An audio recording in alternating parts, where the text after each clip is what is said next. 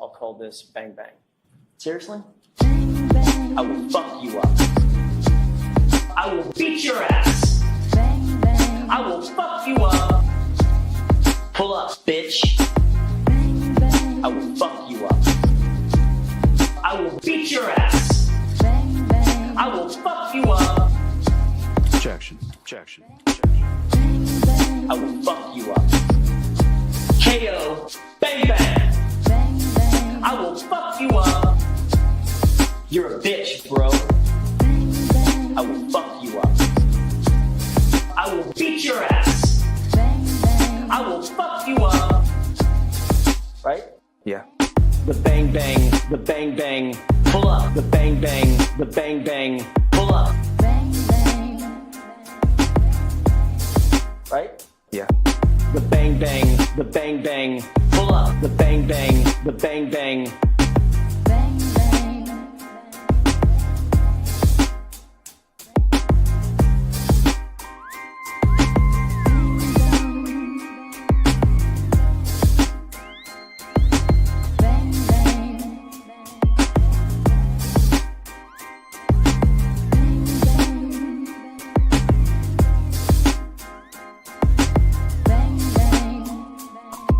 Mr. Lally, your next witness, please. Yes, Your Honor, the Commonwealth will call Trooper Michael Proctor to the stand. State your name and spell your last name for the jury. Michael Proctor, Proctor. You're a bitch, bro. Bang, bang, bang. I will fuck you up. I will beat your ass. I will fuck you up. I'm going to allow it. Bang, bang. I will fuck you up. I will beat your ass. I will fuck you up. I'm going to allow it. Bang, bang. Welcome to the Weekend Live Show. 508 is where I'm from. We run down the biggest stories of the week with you every Saturday night. Let us know in the comments right now where you reppin'. Apache Junction, Taunton, Worcester, Long Island, Manchard, South Florida, Webster, Malden, Framingham, Tucson, Billerica, Salem, Gloucester, Moosop, Connecticut, Charleston, South Carolina, Roslindale, Moosop, Connecticut, London, Hanson, Glendale, Arizona, Lynn, Mapleville, Quincy. Food stamps, leave your clothes, buddy, and then we're screwing up the funny ass guy, man. Have you ever heard of Dono? Like, yeah? Are you a fan? 508 is where I'm from. Hey, what's up? 508 is where I'm from. How was that? You a freaking idiot. Stop telling people that I'm mentally deranged and stupid. Call me Aidan. I'm not a doctor, but...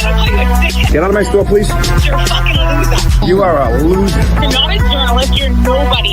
You're not turtle hair. Don't make such fun of the criminal justice system. NFL on the house, blog out. Let's get this party started.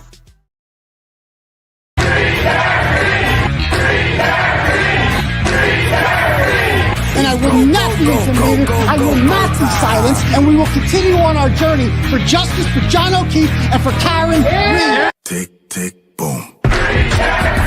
Noise. Go, baby, we bringing out toys. Boys, chop up the singing, should be on the voice. Bang, bang, we gon' ride out. Gang, gang, we don't die out. Want it like this, ain't no timeouts. Tell me who really gon' find out.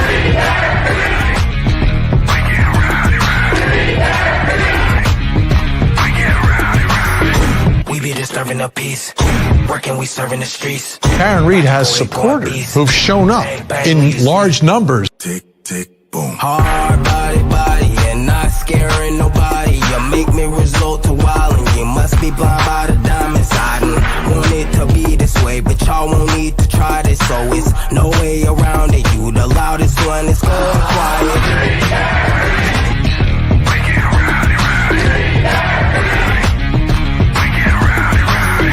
We be disturbing the peace. Working, we serving the streets. About to go ahead, going beast. Bang, bang, leave you sleep. This is the first time I think I've ever seen this. An outpouring of support for someone accused of murdering a Boston police officer. Unbelievable situation. Never seen anything like it. Tick, tick, boom. You can't stop me, so who gon' stop me? You You can't stop me, so who gon' stop me? You can't stop me, so who gon' stop me? You can't stop me, so who gon' stop me? We be disturbing the peace, working, we serving the streets. About to go ahead, going beast. Bang, bang, leave you sleep.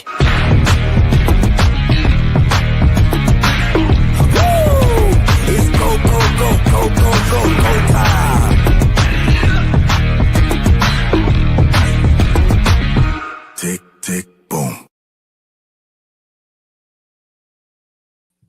Oh, we're out. Oh, hold on. How I get? What up? What's up, Turtle Riders? How's everyone doing tonight? Good, good, excellent. Welcome to the live show, ladies and gentlemen. My name is Aidan Kearney. I'm your fearless host here. You can call me a variety of nicknames. You can't call me Clarence Emerson anymore. That account is gone. You can't do that anymore. You can call me A. Timothy Kearney. That's my new Facebook name. Follow me on there. I got like 10,000 followers on there in a week. It's pretty dope. It's also my true crime name. When I put on a leather jacket, go into the woods, solve murder mysteries on my own. A. Timothy Kearney. You can call me. What else can you call me? You can call me Journalism Jesus.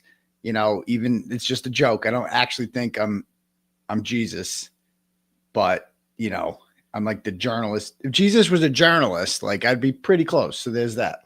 I'm kind of like the Jesus of journalism, if that makes sense. Persecuted, misunderstood, 1 in a million kind of stuff, But you can call me Uncle Turtle Boy. You can call me Dr. Turtle Boy. It's actually my preferred pronoun. You can call me Daddy is permissible, but not mandated. I will allow it, though, because I understand some people do prefer it. So I'm not going to tell you not. Who am I to tell you can't call me Daddy? You can call me Dad if you want. Who cares? I don't care what you call me. Just be here every Tuesday and Saturday night at 9 p.m. sharp. And make sure you guys smash that subscribe button and, hit the notification bell. Leave a comment after the show. I heard this all helps with the algo. Although I don't even need to ask people for subs anymore. We are just skyrocketing with subs right now. How many are we up to now? We are up to 116,724. Wouldn't surprise me if we're at 117,000 by the end of this episode. And we have over 2 more months of this trial. So it's going to be dope. I didn't get into the court next week. The randomizer is not rigged because I've won every week. It's like the first time I've lost. So here's the deal. I want to give this speech. I gave this same speech last night on sex cult, and I'm going to give it again. Okay. We need more people down at the courthouse. This whole shit about the buffer zone. I understand the buffer zone because they're strictly enforcing it and people are not being allowed in that area where we almost formed a tunnel every time Karen Reed came in, and Karen Reed is no longer parking over at the church. So it's lost that whole appeal of it, that whole thing. It doesn't mean you shouldn't show up. I want to start by saying I went to the buffer zone the other day. It's 200 feet from the courthouse. You can see it when you walk down the stairs. I can see the people over there. It's right there. Right. And it's a handful of people now. In the morning, there's 50 people or so. They do the morning prayer and whatever. I don't know where everyone goes after that. But I miss the old days. Last year when everyone was just out there, doing their thing. And honestly, when court's going on, what do you even need to be in the buffer zone for anyway?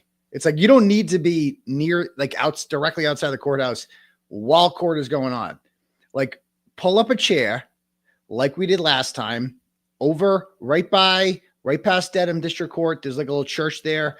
It's a dance studio now. We can line the sidewalk with chairs and just sit there and watch the trial that way. And I didn't make it in this week, so I'm going to be doing that. I'm going to be going out there and sitting out there all day. And I expect to see some people there. And honestly, the reason that I've been told that people aren't going down there is inter FKR drama, just nonsense, absolute nonsense. And I hate to pull the daddy card on this, but somebody's got to get over it.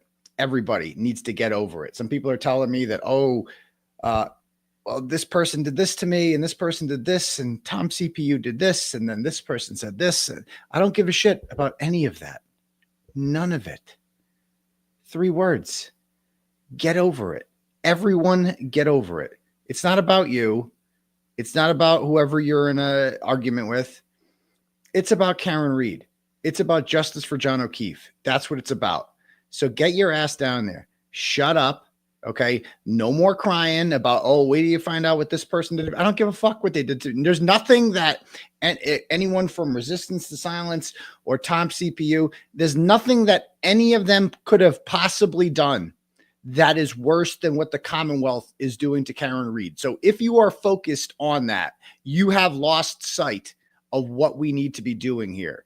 We are fighting for justice. So fucking get over it. I don't give a shit what Tom CPU did to you. I don't give a shit what Resistance to Silence did to you. I don't give a shit about any of that. Fucking suck it up, get over it, and get your ass down to that fucking courthouse next week. Because I'm going to be there every fucking day. And I better see fucking people there. I better see fucking people there. We can have a megaphone in the goddamn outside of the buffer zone. We absolutely can. And we will if we need to. Okay. But mostly it's about building community there. It's about reminding them, yeah, we're still here. You've put this stupid fucking buffer zone in, but we're still here. I hear some people saying that, we can't see Karen anymore, so I don't go. What is she, a fucking movie star? You want to see her? First of all, you can see her when she fucking walks in. Okay. She sees you when she rounds that bend and she sees a whole bunch of fucking people over there right on the edge of the buffer zone. That means a lot to her, I'm sure.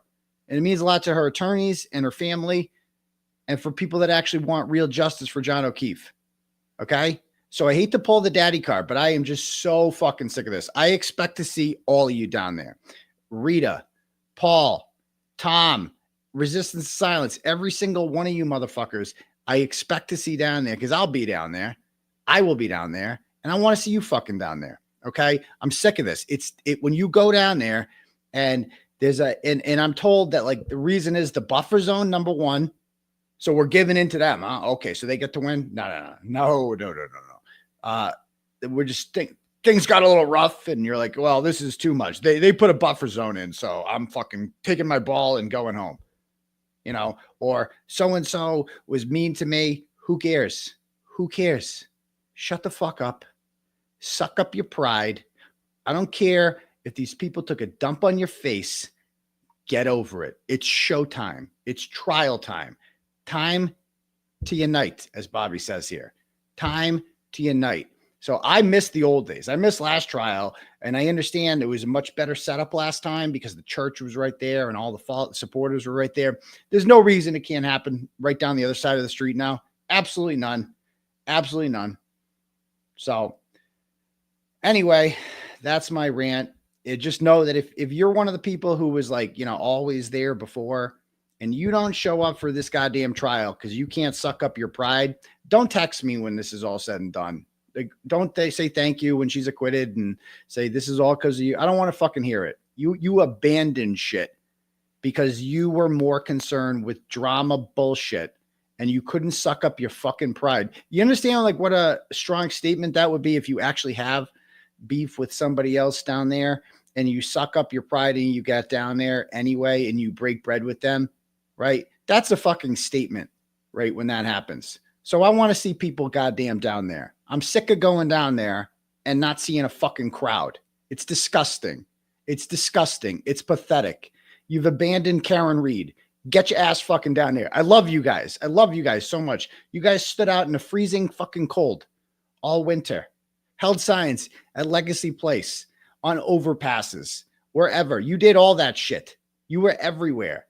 You were soldiers for this shit. And they put a fucking buffer zone up and we ran away. Disgusting. Disgusting. Get your ass down there. So that's all I got to say about that. Anyway, back to this. Yeah, give us fucking McDonough. Yeah, just give him McDonough. This will all be over. Anyway, so that's that. If you guys, we got a lot to go over tonight with the Jen McCabe stuff. A whole lot of shit to go over. So strap in. It's probably going to be a long show. Eventually, so I canceled my show on Wednesday. All right. And I did a little emergency impromptu live from the car on the way home because I was very razzled right after that hearing the other day. And I actually just uploaded it onto YouTube a couple minutes ago, the entire video of the hearing. And I haven't seen my facial reactions in it, but I'd be lying if I said like I wasn't fucking petrified there. You know, like I went into Wednesday having thought that we were going to have like a routine hearing. Wasn't even thinking much about my hearing. I was thinking about the Jen McCabe stuff. You know, I was thinking about the Jen McCabe stuff. So I'm like, you know, not even paying that much attention to my case. And then we find out around like noon that Robert Cosgrove has filed a motion to revoke my bail based on comments that I said on last Saturday's show about my wishes, or not wishes, my hopes for Brian Tully, right? And obviously Brian Tully has done, we've been over everything he's done, not only to Karen Reed, but also to me and by extension, my family.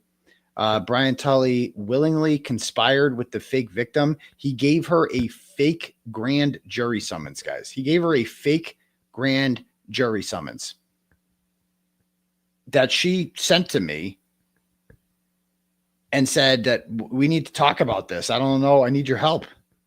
Can you come over? And he knew the whole thing was organized by him. And he was on the phone with her when I was there that night. Didn't tell her like, oh, get out of there. You're unsafe around him. Like he's dangerous. Didn't say anything like that. Told her, invite him into the fucking apartment. So that way it can be your word against his. And she didn't call the police the next day. He did. He's the one that falsely reported me for assaulting a woman.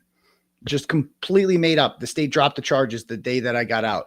I went to jail for 60 days for that. Lost my family for 60 days. Didn't get to see them. It was traumatizing being in there. All this shit. Brian Tully did all that. And what, I'm supposed to have happy thoughts about Brian Tully? I'm supposed to be happy about that? Like I'm entitled to my opinions about this. And that's all there is to say about it. Nothing I said was threatening. But it's scary. It's very scary because it's very clear. Like I don't know if you guys actually read that argument. A couple people have done streams on it. Runkle did a stream analyzing it. Who else? Why am I drawing a blank? There's one going on right now talking about it over on Potentially Criminal. Sean, he's a defense attorney in the Cleveland area. He's doing a stream on it right now. Potentially Criminal. Give him a sub. He's discussing, the absurdity of it all. Runkle had the same take. This motion is like next level stuff. Like previously with the window intimidation, they said that, well, you're talking directly to Chris Albert, and that's a violation, even though I didn't even know it was being audio recorded. But this is different. This one was scarier because it's like they took something that I said on my show out of context as usual and used it to try to revoke my bail, which is scary because I do a show for a living. So anything I say on here, like I am just even doing this show is a gigantic risk because anything I say can and will be analyzed, broken down, taken out of context, and used against me as a way to try to imprison me. So that's scary. That's what I realized the other day. Like this is the first time this has happened where they actually used things that I said on my show as a way to try to put me in the can for 60 days. And that's a very scary feeling because this is what I do for a living is I talk and I satirize and I comment on shit and I get a little hyperbolic about stuff. I've never hurt a fly. I've never laid a finger on anyone. Not a single person can say that they have a broken bone, a bruise, a cut, a scratch, or anything from me except for hurt feelings. That's it. That's it. I'm a threat to nobody, but they're liars. These are dishonest people who lie. We've seen it with Karen Reed. We've seen how dishonest Hank Brennan is, how dishonest Brian Tully is. And Michael Proctor is, and all these people, they're just liars and they have no problem lying about what you're saying. And the quote in context, they said about me is, I think I said like, oh, Jesus told me to get revenge. Jesus told me revenge, revenge, revenge, something like that. Like, first of all, it's a joke. Okay. to be clear, and the funny part about jokes is you shouldn't have to explain them. That makes them less funny if you actually have to be like, no, guys, this is the joke. Let me analyze why it's a joke. But apparently we have to do that now. The joke was that Jesus doesn't, I've read all about Jesus. I've read the gospel. I went to, CCD. I did all that stuff. Not once did Jesus ever say, like, my followers, like, go out there and get revenge. Like, that never happened. He got mad one time at the money changers in the temple. He lost his cool. But besides that, he's got a pretty flawless record of like turning the other cheek. And that's kind of what he preached. Like, he would advise me to, don't think like, he would be like, Brian Tully is a sinner. Like, lest not ye be worried about what Brian Tully does, or lest ye become Brian Tully, or something really wise like that. I don't know. It's Jesus. I'm not Jesus. I'm journalism Jesus, but I'm not like real Jesus. So, when I said the revenge part, that's what the judge was kind of hung up on. It's like, what does this mean, revenge? And I pulled my attorney aside because I haven't had time to explain to him like the context. This just happened. This got jumped in our lap, and he's got to like go argue this. And so I pulled him aside, and I'm like, it's karma. That's what revenge means. Like, obvious, like revenge, like the Jesus revenge is karma. Like, that's what that means. Like, eventually karma is going to catch up to you. Like, these people have been framing innocent women for murder, covering up the deaths. I mean, I knew Tully was so shady because he signed all of Michael Proctor's fraudulent reports, and he personally led the charge to have me arrested. He came to my house and had me arrested. He had sent the state police fugitive unit here, knowing full well that I would turn myself in. The state police fugitive unit is for the most dangerous criminals. I didn't even have any bail, zero. I was let go on personal recognizance, and they sent the fugitive unit to my house. He ransacked my house with a fraudulent warrant based on nothing, like as if there's like witness intimidation sitting around my house. Like, that's like it's a tangible thing you can put your fingers on. He did it in front of my kids' bus stop while they were getting onto the bus. All the kids on the bus could see it happening, right? He separated me from them on Christmas, knowing it was a full lie. He tried to have it happen again. Am I supposed to like this fucking guy? Am I supposed to have good things to say about Brian Tully after all this? Am I supposed to wish him well? Like, what? You're allowed to hope that bad things happen to people you don't like. You're allowed to joke about it. You're allowed to be hyperbolic about it. You're allowed to do all these things. And that's it. Of course, I could list 20 people that I hope they die in a car accident, like off the top of my head. That doesn't mean I'm going to do anything to them.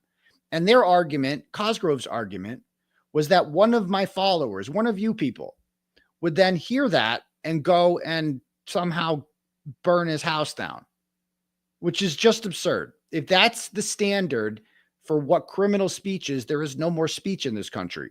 If person A says something about person B, and then person C hears person A and does something to person B, that does not make person A the criminal. It makes person C the criminal.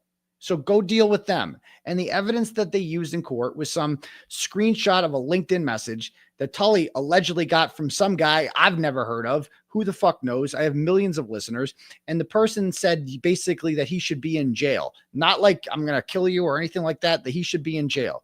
And Cosgrove argued that it was reasonable for Brian Tully to fear me because of the things I was saying on my show. He also said it was third-party contact. No, not third-party contact, indirect contact.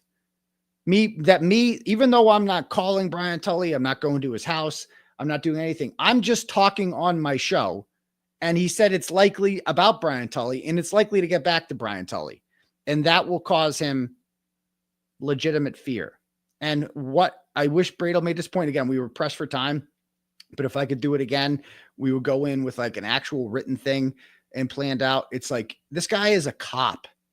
This guy is trained to protect and serve the community. He is supposed to be on the front line of taking down bad guys. And he's in fear of me because of things I say on a YouTube show about revenge Jesus. A judge believes that. First of all, if that's true, if he's actually in fear, then he has no business being a police officer. None. He has no business being a cop because he's corrupt, but he has no business being a police officer at all because he's a coward. I mean, he'd be like one of those guys in Uvalde hiding behind a door. We don't need cops like that. We need actual cops with balls who are willing to put their lives on the line. That's what a cop is. That's why we pay them homage. That's why we call them heroes when they act like it. Right? We don't like, since when did cops become like, oh, he's made me sad? I mean, that's the whole, I'm charged with intimidating Bukkake because I took a megaphone and I called him Bukkake loser. And I called him a fucking pig because he is one. And that's a witness intimidation charge. Madness. Absolute madness. But also scary. Also scary because Cosgrove presents this with this straight face. And every time this happens, if I go up in front of the wrong judge, who I don't know, like all these judges know who I am. I've written about many of them over the years. I've been writing about like stupid judges making bad decisions for like a decade now. And if I get the wrong judge who feels like it's all like a club, like you threaten, you call out or criticize one judge and others are like, that's their boy. They're not, and they get a chance to do something to you. They're going to do it. This guy filed a motion to revoke. That's all I needed to hear. And, revenge. Yeah, that'll do. That's one word. So it's just so disingenuous. And the stuff he said about like, we can get into it another time about like, Nicholas Garino. I'm defaming him by saying that he couldn't find text messages, which is what? Are you fucking kidding me? That Brian Tully did a great job investigating the Kearney case. What? He didn't even look into who was driving that Ford Edge. What the fuck? So long story short, it was a very scary thing. And it's like, sure, I'm in the right. There's no doubt about that. But am I willing to go to jail for that? And the answer to that is, without even thinking about it, absolutely not. No, I'm not.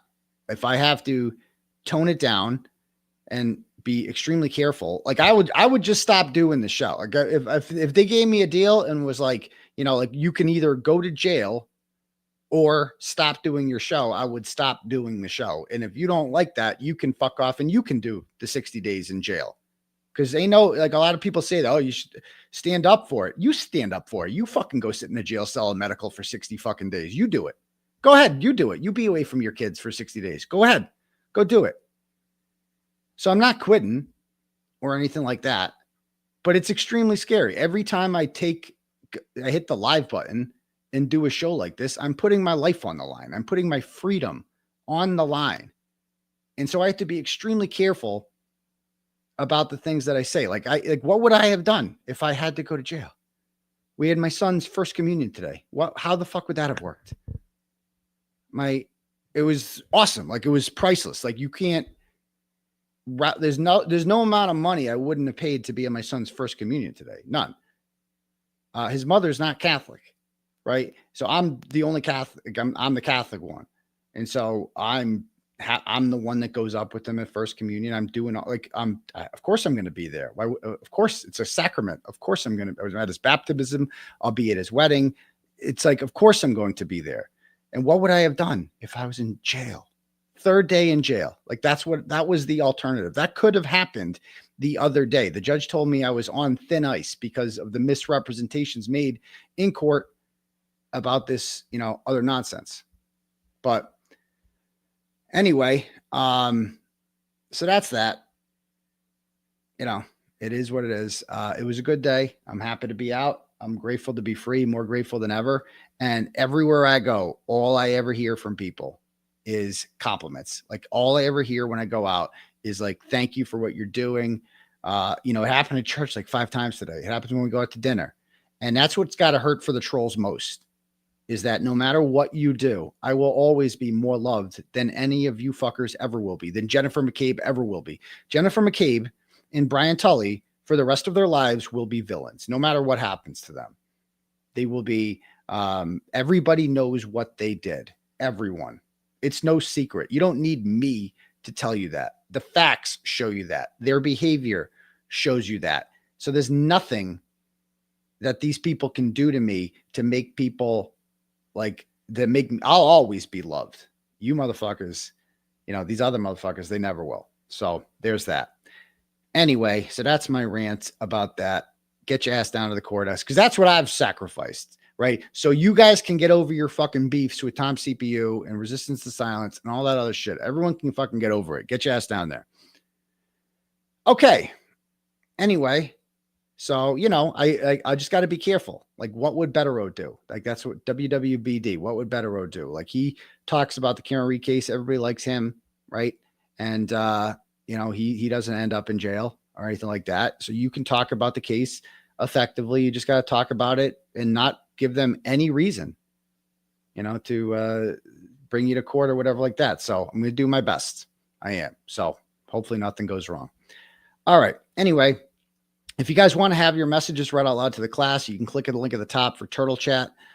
You can pay whatever amount of money you want and write a message. And then you can, you know, I will read out loud to the class, or you can cash at me at $ Uncle Turtle Boy, and we can do it that way. Let's see what we got so far.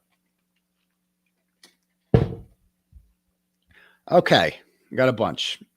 I'll try to bang through these as quickly as possible. Oh boy.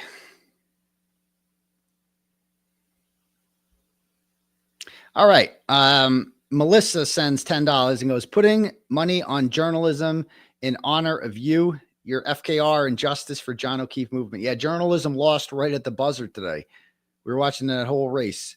And I thought that, what was it? The fuck Sovereignty came in to beat it.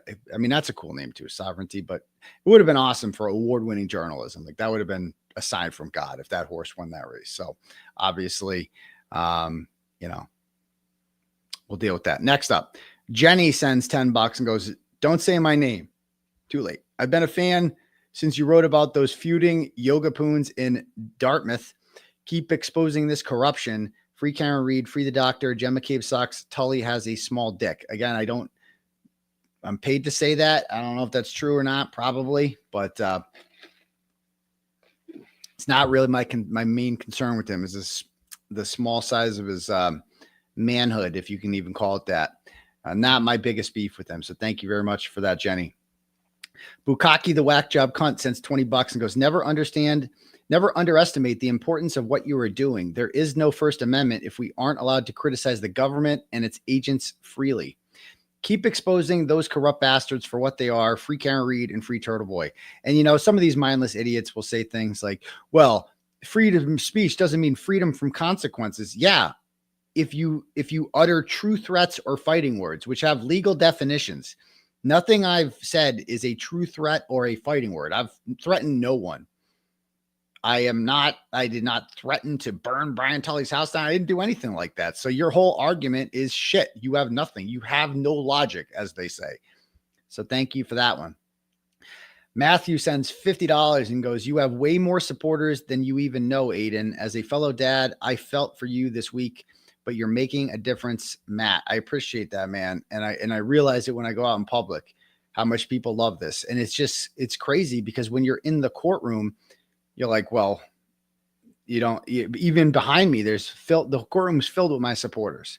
No, literally no one is there supporting the other side ever. I'm the defendant in this. The courtroom is all for me. And that tells you everything. But the prosecutor is up there and just making you sound like this horrible villain. And the judge is sitting up there and you don't know what they're going to do. You don't know. So there's that. Thank you. Maggie sends $50, goes, hi, doctor. It's my birthday today. Happy birthday, May 3rd. Just wanted to say thanks for all you've done to expose this case. Following since day one when Karen got arrested and thought that bitch killed her boyfriend. Then your story came out and I have been on board since. What a complete travesty of our justice system to watch Jen up there on the stand, bold-faced lie and put it out to show she was disgusting, hoping and praying the jurors see through that. Who's she trying to fool with? There's Spray Tan, Free Karen Reed, and Turtle Boy. Okay, thank you very much, Maggie. I agree. Happy birthday again. Cool birthday, May 3rd. My daughter's is in 2 days too. So again, I would have missed that. So thank God I'm out. Thank you. Maggie sends $5 and goes, brush your damn teeth, you stanky bitch. Okay. Thank you, Billy. Hanky Panky with the evidence Barton sends $5, goes, hey, daddy, heard this straight from the horse's mouth. Spanky's dying to know. How much money will it take to role play the Turtle Boy statue with him? He'll bring the bronze polish. Oof. You know, I bet you he would like that. But sorry, if I was gay, I wouldn't be gay for Spanky. I'll tell you that much. The gay guys don't want him either. Absolutely not. I'll tell you that much. Nobody wants Spanky. Thank you. Next up, Joy sends $10, goes, keep up the good fight. Will do, Joy. Oh, and remind me to rant about this fucking loser. I'll just do it right now. Alex Berenson. You guys know who this guy is? This fucking chode. I'm calling his ass out right now. So this guy, Alex Berenson, is, I used to like this guy because he was on Tucker every night, and I'm a big Tucker fan.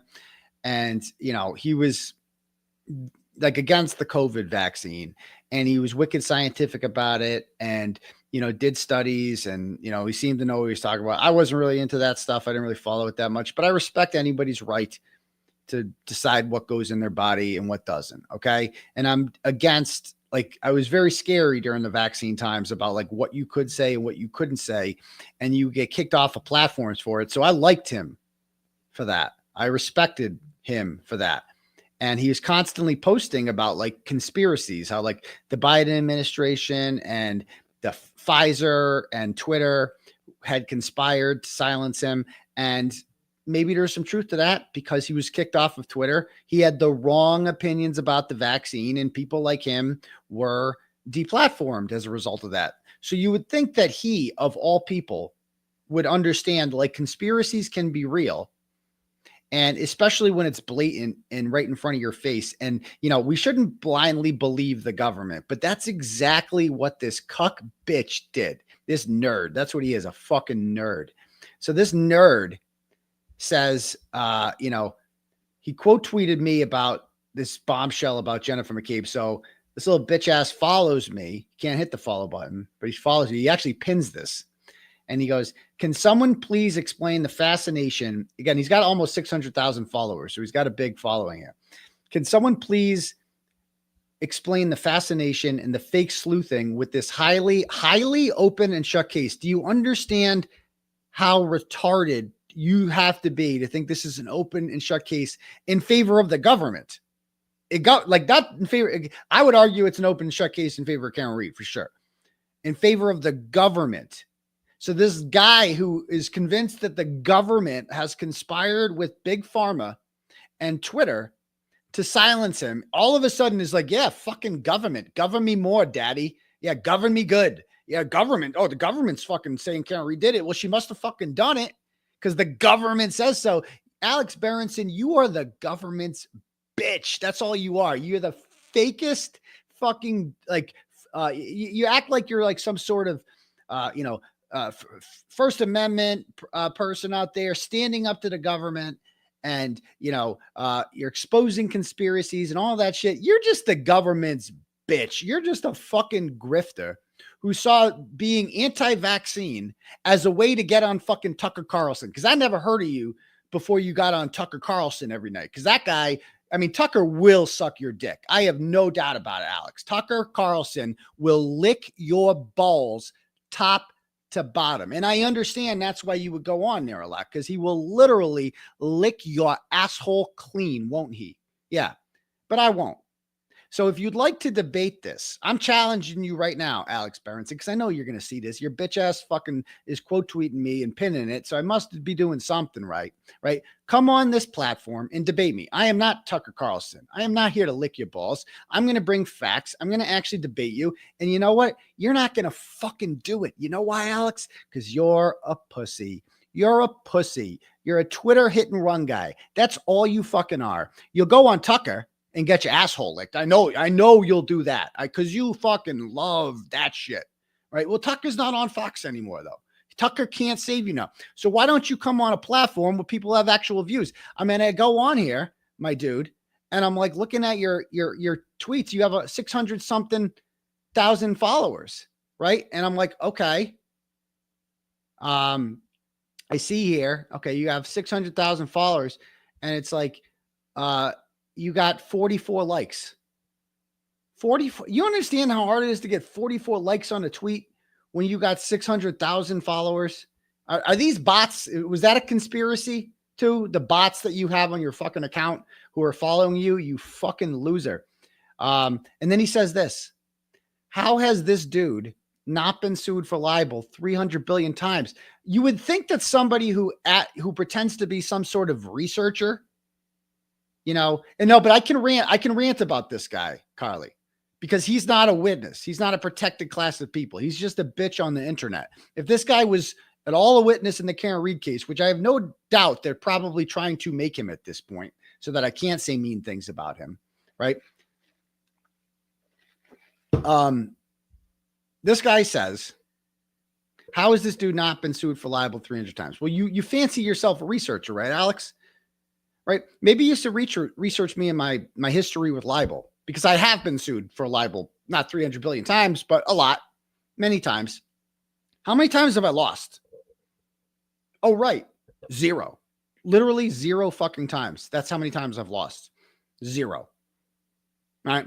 I think I've had almost every single one of them dismissed in either a motion to dismiss or summary judgment. The ACLU has defended me for free because I'm fucking awesome and I defend the line with free speech. And it's the 2019, the ACLU took up my case with the Rhode Island ACLU, won that one.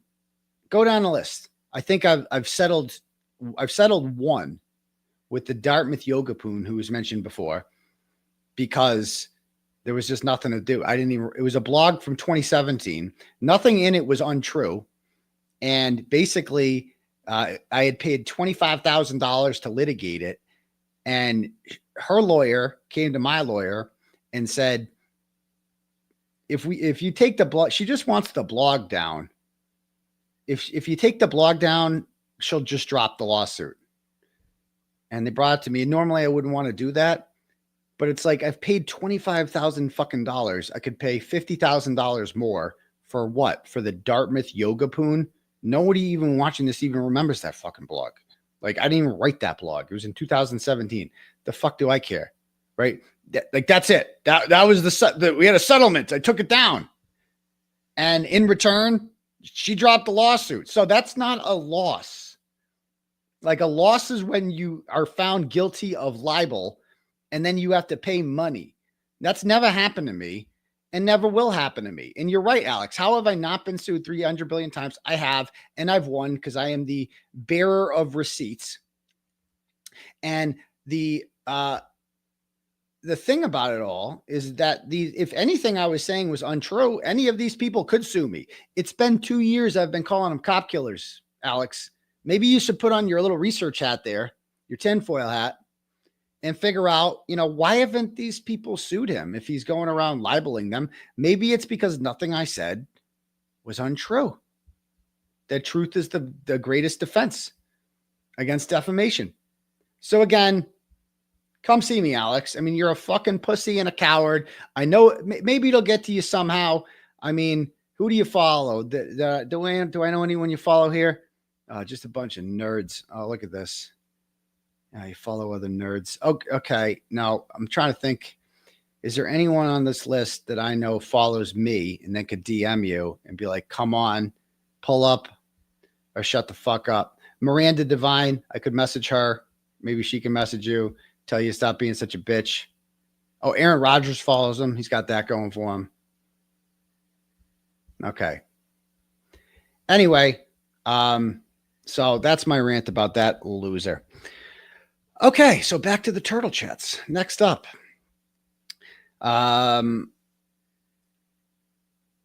Joy, I think I read this, sent $10 and said, keep up the good fight. Thank you. Katie Davis sends $10, goes, did you see Truth and Transparency's videos yesterday about 33 Oakdale possibly being the real crime scene and Blizzard party site? No, I haven't, because John O'Keefe was beaten up inside 34 Fairview Road, and that's it. That's what happened. John O'Keefe was beat up in 34 Fairview Road. I don't know anything about 33 Oakdale Road. I don't know anything about that. But John O'Keefe was beaten up inside 34 Fairview Road, So I'm not really interested in seeing any video about 33 Oakdale. So there's that. Okay, next up. Tiny Elvis sends $10, goes, great to have you back, Aidan. Be well, stay safe, and keep fighting the good fight. Oh, and after only 2 weeks, the Commonwealth's timeline is already shot. Yes, it is. You're right. Susan Collins, my favorite Maine senator, sends $10 and goes, tell Meredith to freeze her credit with all 3 credit bureaus and go to the police if she hasn't. She has. I can't believe the anti-lunatics did this, and they accuse you of doxing. God bless you both for all the bullshit you deal with. Yeah, they put her Social Security number out there, actual doxing, and several credit cards were opened up in her name. And then they accuse us of doxing. Isn't that rich? Isn't that rich? Next, Humble Commish sends $50 and goes, hard to believe Alex Berenson would poke the turtle yesterday on X. Quick rant. Oh, I just did one. I just did one. Does anybody know who that bitch is? Just like pull up, bitch. You ran your fucking mouth about me on Twitter. You got destroyed. I mean, that's like boomer shit what you did, Alex. You pinned a comment in which you were ratioed. Can we just talk about what a boomer move that is? Like you went and this is getting ratioed is not a good thing. See this whole thing right here? See the 550 comments and 463 likes? That is a fucking ratio on steroids, my dude. On steroids. Most people, I mean, the ratio is the badge of shame on Twitter. That's like man, that guy got destroyed. He said some stupid shit and he got ratioed, didn't he? And your dumb boomer ass fucking pinned it like the fucking idiot that you are. Holy fuck, you're stupid. Anyway, back to this. Lee from Plainville sends $10, goes, what is Nicarino on the stand for? He just got caught lying in Sandra Birchmore case with over 30,000 messages he claimed he had never seen. He's lying again. What's going on in this world? I don't fucking know. I mean, it's just amazing how the Sandra Birchmore thing, they all kind of got away with. Like they literally, a murdering pedophile walked the streets for 3.5 years because John Fanning intentionally put his head in the sand and said, this is a suicide. In one of the most obvious non-suicides of all time. All time. And people like me believed him because we trusted the institutions of the police. And maybe Alex Berenson should look up about Sandra Birchmore and what the same cops involved in the Kearney case did to her. Thank you. Thomas Autonomous Anonymous sends $10, goes, Alan Jackson, what's D&E? Jen Nicole McFib says it's a sub shop. Couldn't even give a straight answer to a mundane question. I know. Brenda sends $10 and goes, I hope a witness says something on the stand which ends this trial before the end of the trial. No jury worries. Then nobody can say Karen got away with it. Free Karen Reed. We'll see. Thank you, Brenda. $50 from Deanna. Thank you, Deanna. Says on Thursday, May 8th, I will be organizing a large standout on High Street in Dedham. That's the street that the courthouse is on. I am currently working out the logistics and want everyone to be informed. I'm not concerned about any other noise, issues, or grievances. Our focus is on showing up for Karen Reed, John O'Keefe, and standing against corruption. Join me. This week, I will announce parking suggestions and meetup spots. Bring your lawn chairs, water, and snacks. We have a Karen Reed to free. Yes, we do, Deanna, and God bless you. Thursday, let's see some people down there. Can't wait to see it. Next up, Sandra sends $25 and goes, have you noticed Hank objects very softly? I think he does it so the jury doesn't hear him and then doesn't look like an ass always objecting. He definitely objects less. Also, a couple of times he told Bev to instruct the jury quietly after he objected to Alan when he was questioning Jen. He is the biggest rat. He is a rat fuck, isn't he? Thank you. Daleen sends $25 and goes, and although I will fully admit, I prefer Hank a million times over Adam Lally. Just listening to Adam Lally question that witness the other day is just like, holy shit, I don't miss this at all. At fucking all. He sounds like Charlie Brown's teacher.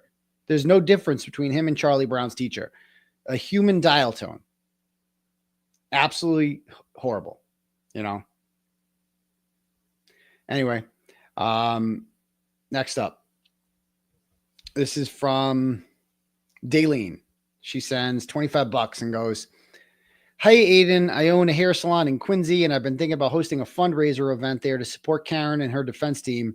I'd love to get your thoughts on the idea. Do you think it's something the community would rally around? I don't know what you mean by a fundraiser at your hair salon, and would you be open to collaborating on it some way or sharing any advice on how to plan it effectively? Let me know what you think when you have a chance. I appreciate that, Daleen, but I am not the person. I can't do everything for the Free Karen Reed movement. I don't really do the fundraising and stuff. I mean, I'll attend an event if it's happening, but I just don't have time in my day to do any organizing or fundraisers. There's a million other people that I suggest that you get in contact with via the Justice for John and Karen Facebook group, and they can help you out that way and brainstorm.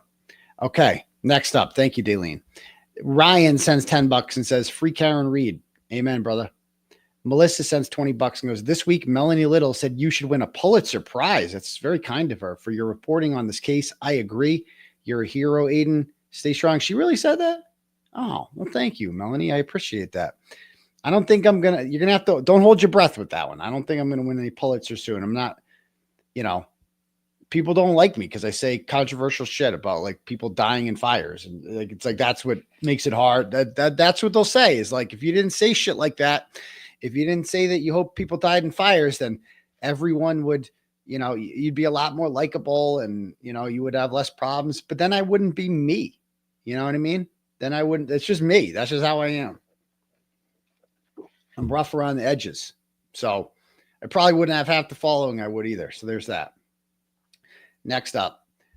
Jennifer sends $10 and goes, great speech about supporting Karen in person. I moved away from Stoughton to North Carolina. I visited last year and Tom CPU was so kind and introduced me to you. I miss everyone there. Just go support Karen. The Brits made it that day. Yes, they did. I mean, people flew across the fucking ocean.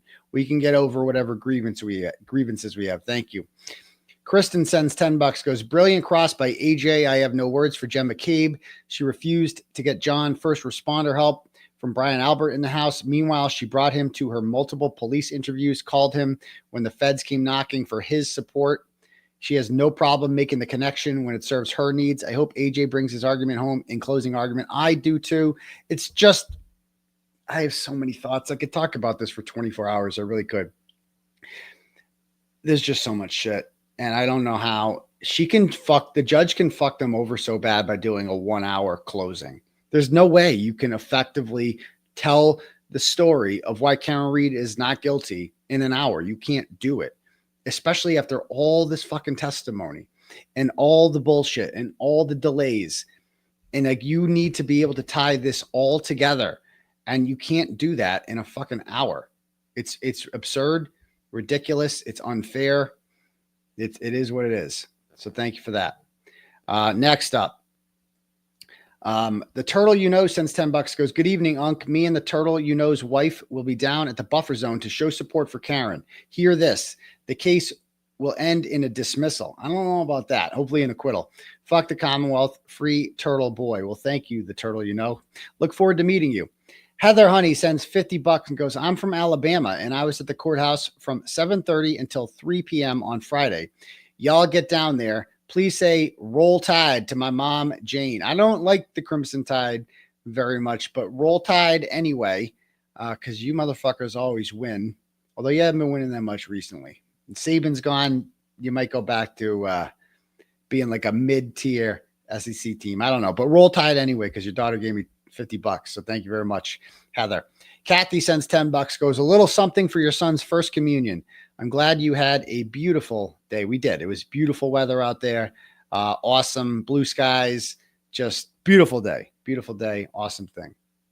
Go Irish. Exactly. M-Job gets it. He's been around for a while. Love M-Job. Next up. B&B, the OG, sends $10 and goes, sorry, this is happening, Dr. Turtleboy. By the way, on Twitter, someone posted screenshots of them saying to contact DCF on you and your children. Please be safe. I wish I had fuck money to give to you. Love from CA. And I saw that too. People were posting it and sending it to me. I mean, good luck. I mean, they say that we're malicious too. I document all that shit, harass them. Who knows if they're actually doing it? good. I mean, what are you going to say? I mean, what do you like? Why shouldn't I have my kids? Why? I provide them with food, shelter, love, education, books, you name it. My kids are well taken care of and always will be. And if you're supporting that side, your movement is being led by somebody who lost 2 of her kids to the state. Her kids call someone else mom. My kids will never do that. I see them every fucking day, and they are surrounded by love, and they always will be. So eat your heart out. Go ahead, call DCF. What are they going to say? Oh yeah, better get over there and check. Maybe the kid's reading a book. Maybe he's helping him with his jump shot. Oh yeah, get on over there. Right. Good luck. All right, next up. Denise sends $10. He goes, do you think anyone is capable of breaking on the stand? No, I don't. If so, who? Fuck, I just want someone to break. Do not hold your breath. They are not going to break. That will not happen. No one's going to flip. I made a joke the other day that Nicole Albert had flipped, and for some strange reason, people believed it and like told Melanie Little, like, oh, Turtle Boy said Nicole Albert flipped. It's a joke, guys. And again, if I have to explain the joke, it makes it less funny. Like, you should know, like, right away. Like, obviously, Nicole Albert is not befriending Turtle Boy. Like, no. Like, if you hear that and your immediate reaction isn't that's a joke, then you have a problem. You have serious confirmation bias. You are literally looking for things on the internet that confirm your bias, and that's not healthy.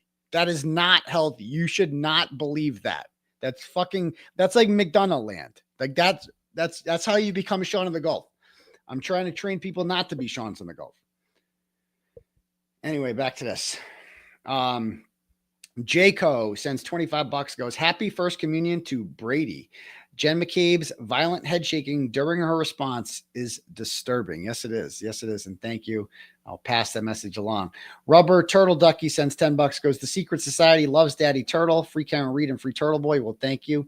Jimmy Burlow sends $10, goes, as a Boston fireman since 87. I've been to hundreds of car accidents and pedestrians struck. I can tell you when a man his size is struck by a car, the damage is significant. More than a broken tail lamp. I know the damage to the car and the damage to the human body. It makes no sense whatsoever, and it's all going to be coming out in court. Thank you. Shauna sends $10, goes, congrats on your son's Holy Communion. Well, thank you. Josephine sends $5, goes, I wouldn't put it past Krusty to burn down Tully's house just so they can blame it on you and put you away. I wouldn't either. That bitch is crazy. Thank you. Kathy from Florida sends $10, goes, I think Peg knows exactly the truth. She's just enjoying being the queen of her new friend group.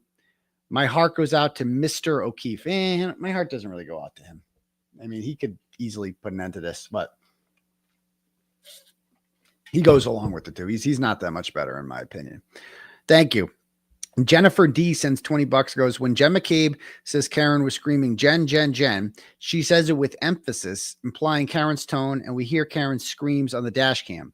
When Jen, Nuttall, and McLaughlin say, I hit him, I hit him, I hit him, it's very monotone with no emphasis. This tells me they didn't actually hear it.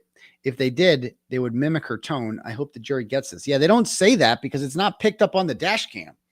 And so they'd be like, if she was screaming, I hit him, I hit him, I hit him, then you're right. It would be, we'd all hear it. So they realized that that's a problem. I read the Rubber Ducky Turtle way too fast. I'll take your word for it. The Secret Society loves Daddy Turtle, Free Karen Reed, and Free Turtle Boy. What's the hell's the Secret Society? I don't even know what that is.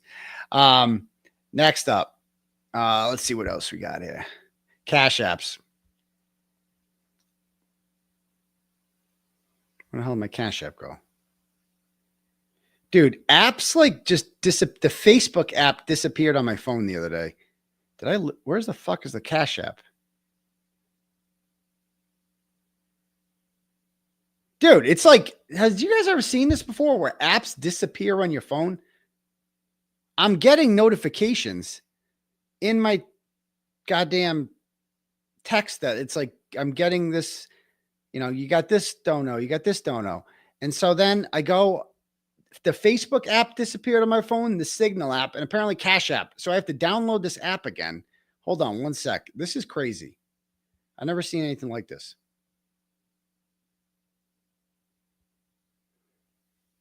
It's on Apple. Am I the only one having this problem? They just disappeared. The app, like the Facebook, I'm getting Facebook notifications on my phone. The app has disappeared from my thing. I can't hit it.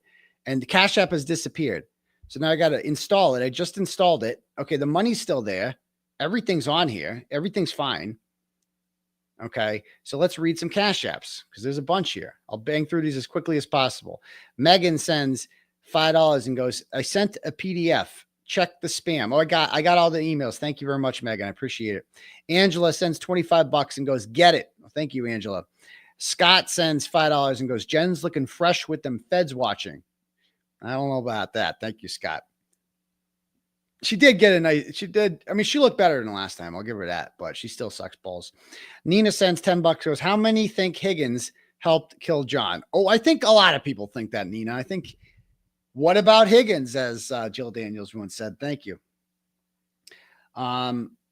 Renee sends $5 and goes, chat, welcome back. I had withdrawals the past days. Well, thank you, Renee. And I'm back. Daddy's back. Let's fuck. Let's go. Carly sends $5 and says, was Jen's phone in pocket mode when it was butt dialing? No, Jen didn't. We're going to get to the testimony. I can't believe she acted like butt dialing 7 times. We've heard this before. So it's like, we're used to the ridiculousness of it all, but like, God, I wish I could be in court to see these jurors' reactions to this shit. Thank you. Jennifer sends $10 and just says, you're fucking awesome. Well, you're fucking awesome too, Jennifer. Thank you. Scott sends $5 and goes, wishing my wife a happy 29th anniversary. Well, congratulations, Scott. Good for you, sir. Thank you. Michael sends $5 and goes, I think it's possible Jen McCabe saw. Okay. Janine sends $10. He goes, Dedham blocked 1/4 of public lot for Karen Reed's supporters. Yeah, that fucking lot. It's like, don't go there. That's the ghetto. It's like that whole thing is insulting. How they've opened up like a corner of a parking lot where you guys can go down there and be free. No, how about we be free wherever we fucking feel like being free? Like, how about that? I'm not going to your ghetto, Dedham Police Department. I'm not doing that. Sorry, that's a ghetto. This is what they did. Like, oh, you guys can have a home. You can be in the ghetto. I don't want to be in the fucking ghetto. I want to be near the courthouse. So no, thank you, but no, thank you. Okay, I'm not going to the ghetto. Thank you. Exactly, Erica. We will be wherever the fuck we want to be. Do not go to the ghetto. Don't go there, please. Sylvia sends $60 and goes, free Karen Reed and free Turtle Boy. God bless you both. Well, thank you very much, Sylvia. Appreciate that. $9 from Naomi and says, I won $9 betting on the number 8 in the Derby journalism, but he lost. He didn't win. Thank you, Naomi. Appreciate that. Mama She sends $50 and goes, Dr. Daddy, what a week. I am ready for next. Let's fucking go. Well, thank you, Mama She. Appreciate that. Jen sends $20 and goes, who's the 2 girls talking to the tall guy per Higgins? I don't know what you're talking about, Jen. Thank you very much. The Glairer, sends $100. Things are going good in Glairer Town. And he goes, for the kiddos, first communion and your hard work. You're too kind, Will. I appreciate that, sir. You're a gentleman. A gentleman. Thank you. Chad sends $5 and goes, good evening. Good evening to you too, Chad. Jan sends $5 and goes, get your asses down to the courthouse. Exactly. Get your ass down there. Michael Picard sends $5 and goes, yo, Turtle Grifter, did you see my free Karen Reed video? I did not. Did you do a video? I didn't notice. Thank you. Amanda sends $10 and has no comment. Thank you very much, Amanda. Okay. All right. So if anybody else wants to have their message read out to the class, I understand a lot of people have already probably sent turtle chats in, but it's 10:04 and we haven't even started listening to Jen's testimony. So if anyone else wants their messages read, click on the link at the top for turtle chat, or you can cash at me at $ Uncle Turtle Boy, and we can do it that way because I think it's going to be a long show and we have over 10,000 people here and that's great to see. So make sure you smash that subscribe button. I bet you we can get to 117,000 subscribers just this episode. What are we at right now? We are at 116,861. Woo. Okay. So let's start with Wednesdays. Last time we only had 2 Jen outfits. Now we have 3. Okay. I didn't. So she's a different person. I want whatever drugs she's on. That's all I'm saying. Whatever she's on, give me the Jen McCabe special, because that looks like a great time. Whatever mushrooms or fucking gummies she took, I want all that. Just inject it in my veins. All right. So last time she came in and she was all business bitch. She had the freaking suit. Like she looked like she was like getting ready to go to a freaking, some sort of executive meeting or something like that with her sport coat on. Like she was a business bitch, and she was cunty and rude and defiant and angry. And I swear to God, these people all spoke with consultants. I think there's no way you'll convince me that Jen McCabe did not speak with some sort of consultant, because why wouldn't you if you were her? You have money. You're going on national TV. Like everybody's going to be watching you. And so you really want to sell it, right? Because your life is kind of on the line too. Maybe not as much as last time. There was more Fed shit last time that might be gone now. We don't know for sure. But this time, I swear to God, they spoke with some consultant who told them, like, look it, we've kind of like, we've done some group sessions with your last testimony. And, we did some studies, and you didn't come across well with this demographic. You came across as too angry. This time around, we've done some research, and we found out what works. And what sells is say you're a mom. Or say as many times as you can say you're a mom, and just a normal mom. Just say you're a normal mom. And that is what you're going for, because normal moms don't murder. And they'll be like, she can't do it. She's just a normal moms. The face she does when she does. That's my new favorite line ever from any Kearney retrial, is because we're just like normal moms. Like we're just like normal moms. Oi. So, and notice the presentation on the first day she went in, she had the little blouse on with the stripes, looked like what Allie wore when she testified, with the crucifix, the hair, some highlights on it, spray tan, all this shit. And she went in there and she's just like, you could tell she's telling herself, like, stay calm. She wants to yell at Alan Jackson the whole time. She's like, you can see her holding in her anger. And she's just like, she has had some sort of coaching to be like, count every time you want to kill Alan Jackson, just count to 10 in your head, say you're sorry, do something. Like she's on something. She's got to be on something. That's my non-medical guess here about what I'm seeing here. It just seems like she's on something. And she's got, so like, just come across as non-threatening. Talk about ice cream trucks. Talk about being a mom. Always emphasize that you're picking kids up to go somewhere. Even like little shit with the FBI. She's like, oh, I had just dropped the kids off at school. She has to throw that in there, right? Oh, what were you doing going to Lanker's house? We're bringing Lexi. Who the fuck is Lexi? She's like mentioning kids' names and shit, because she constantly wants to remind you that she's just a normal mom, just doing normal mom stuff. Normal moms don't murder. No. That's ratchet moms do that. Not normal moms. No, normal moms don't do that. They don't Google how long to die. I called it 227. So she's just a normal mom. And so I don't think it played as well. It just comes across, again, I'm not in the courtroom, so I can't see jury reactions. But according to Sue O'Connell, who's pretty straight down the middle, say what you want about Sue, but she pisses everyone off, which means she can't be that bad. If you're pissing everyone off on both sides of this, then you're kind of loyal to no one. And I do kind of enjoy that about her. I just like Sue as a person more than anything. And I'm like, Will the Glare goes at her big time. And I think his critiques of her are perfectly understandable. And I agree with a lot of them. But it's weird because when you get to know somebody like as a person, like I like Sue.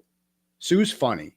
Sue's cool too. Like when you talk to Sue's like your cool liberal lesbian aunt.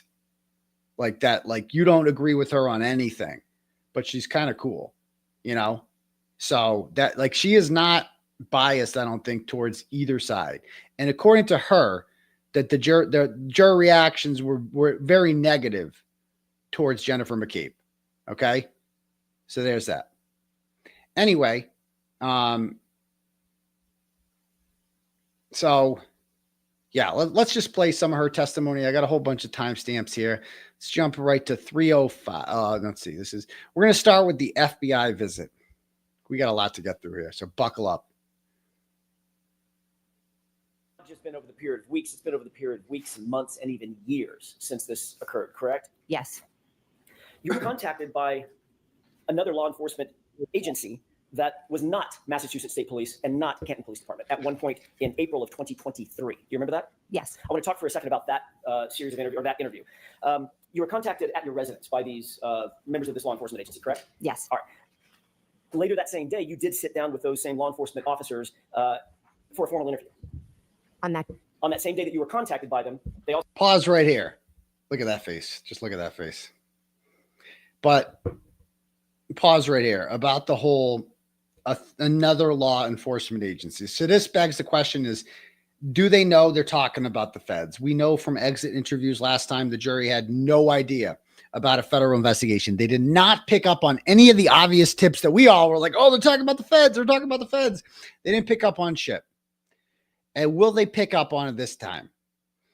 I say no.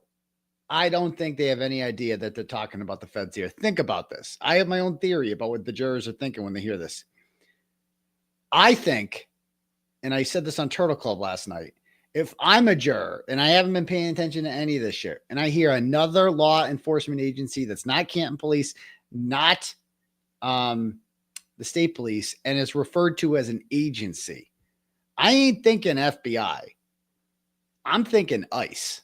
That's what I'm thinking. I'm assuming it's ICE came to her house, because if I'm on the jury and I look at Jen McCabe and I'm like, that looks exactly like the kind of person who employs a team of illegal immigrants to do her gardening, like do her landscaping and shit. Tell me she doesn't. Tell me she doesn't look like the poster child for the type of woman who employs an army of illegal immigrants to do her dirty work for her.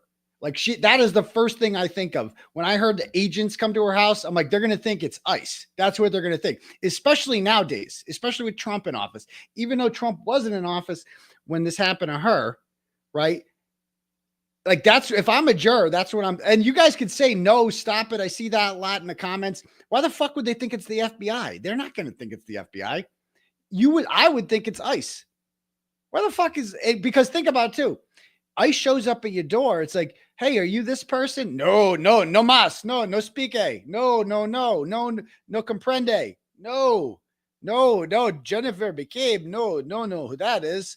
Like, that's what I would think. I would think it's fucking ICE, right? Especially nowadays and age when it's all over the news that ICE is going around rounding up everyone and shit like that. Even though you might forget that, like, oh, right, this happened during the Biden years when this happened.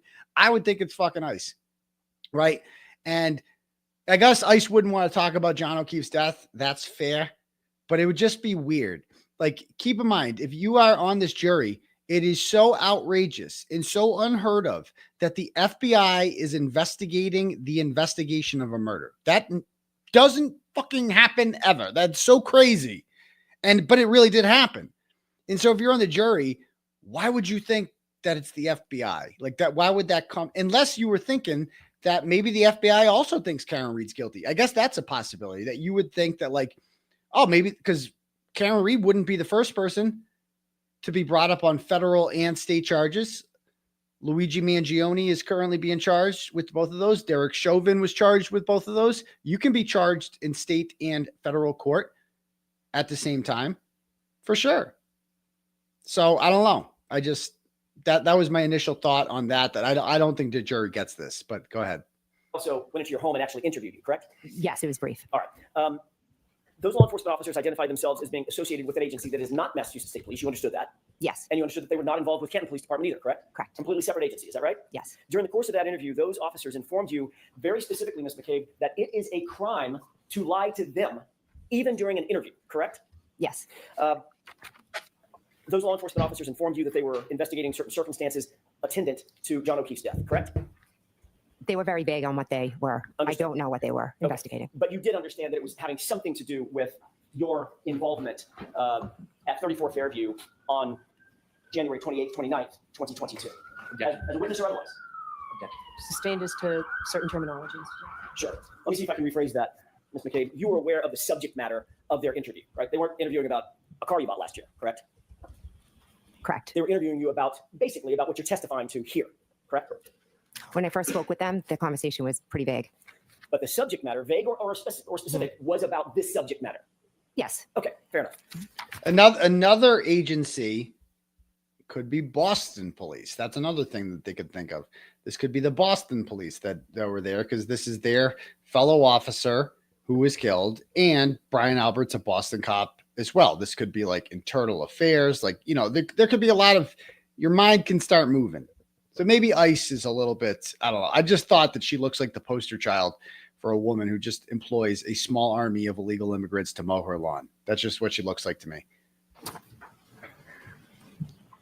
They first contacted you telephonically, called you on the phone. Is that right? Actually, they walked up to my car. They walked up to your car. Okay, that was the very first introduction, correct? Yes. At that point, they had not identified themselves, correct? They didn't know. All right, and at that point, you told them that you were not Jennifer McCabe. They asked you who you were, and you said, I'm Nicole. I thought they were like selling something, so I was like, oh no, I'm not the homeowner. Fair enough, fair enough. However, after you said, I'm not Jennifer. Can we just talk about that for a minute? There it is. What that moment must have felt like for them.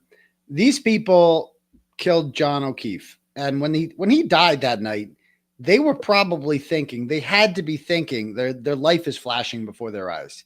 Like, holy fuck. They must have had the feeling I felt in court the other day, except on steroids, because I was facing 60 days and these people are facing life if they get busted for murdering John O'Keefe. So their life had to be flashing before their eyes on the morning of January 29th, 2022. And they have to be thinking, there is a good chance that we get caught here. Like, that is absolutely a fucking chance. Like, we just killed a motherfucker and, you know, he's a cop. And if we get it, dude, they had to be terrified, as Richie just said, terrified, right? And so then 15 months goes by and Jen has done her thing. She has infiltrated Kerry Roberts and Peggy O'Keefe, and she started the Peggy's Angels organization and takes Peggy out to dinner, and she's got Paul eating out of the palm of her hands, and she's rubbing their shoulders at court and this and that, and she's worked her magic. They got away with it. Chloe's gone. The house is getting sold. Things are good. We got away with it. Yeah, Karen Reed hired a lawyer. He hired Alan Jackson, and they're making rumblings about shit, and they're making allegations about the McAlberts. But they had been making allegations about the McAlberts since October of 2022 in court filings. And Courtney Proctor didn't take down any of her Facebook posts showing all of these ties to the Proctors and the McAlberts. And Tim Albert didn't take down his threatening Facebook post that he made in October of 2022 that nobody fucks with his family. That was all. When I wrote this story in April of 2023, that was all still up. So when these people get visited by the FBI on April 10th, that was the exact date, April 10th, 2023, that was D-Day for these people. They all got visited by the G-Men on that day. Colin Albert did, and they were all handed grand jury subpoenas. Like, we're having a grand jury. You're going to be summoned. So be on call. We're going to have some questions for you about this. And they didn't say you're a suspect or anything like that, but we got some questions for you. So we're going to need you to answer these questions. Think of that dread. Think of that moment when you were Jennifer McCabe. And your life has been normal. Like, you've gotten over your fear of getting caught. It has been 15 months since this happened, and you have gotten away with it. And then out of nowhere, 2 FBI agents show up at your fucking house. And you know what you did. And you know that they're onto you. And you're like, holy fuck. Just imagine what that must have felt like to be Jennifer McCabe in that situation. And of course she does what we all knew she would do. She panics. She calls 5 people Who are the 5 people she calls? There's a reason for all of them. Matt McCabe, obviously, that's her husband. Just tell him the guy never went in the house. He'll take care of it. Number 2, Kerry Roberts, because controlling Kerry Roberts has been central to getting away with this. Kerry Roberts could have gone either way with this. Kerry Roberts is a friend of John O'Keefe. That's ultimately who her loyalty is to. She didn't know Jennifer McCabe before this. So she has invested a lot of time into training Kerry Roberts. She's got Kerry Roberts tied around her finger. So of course, Kerry Roberts is going to be one of the first people she's spoken to, because she's going to want to know, has the FBI come for you, Kerry? Now, the FBI didn't come for Kerry Roberts yet at that time. But keep in mind, we have a shitload of impounded text messages, many of which are from Kerry Roberts and the DA's office, because that's what we asked for. And I'm not saying what days these happened on, but let's just say this was a huge surprise to the district. This was a surprise motherfucker to them too. They didn't know any of this shit was happening. None of them did.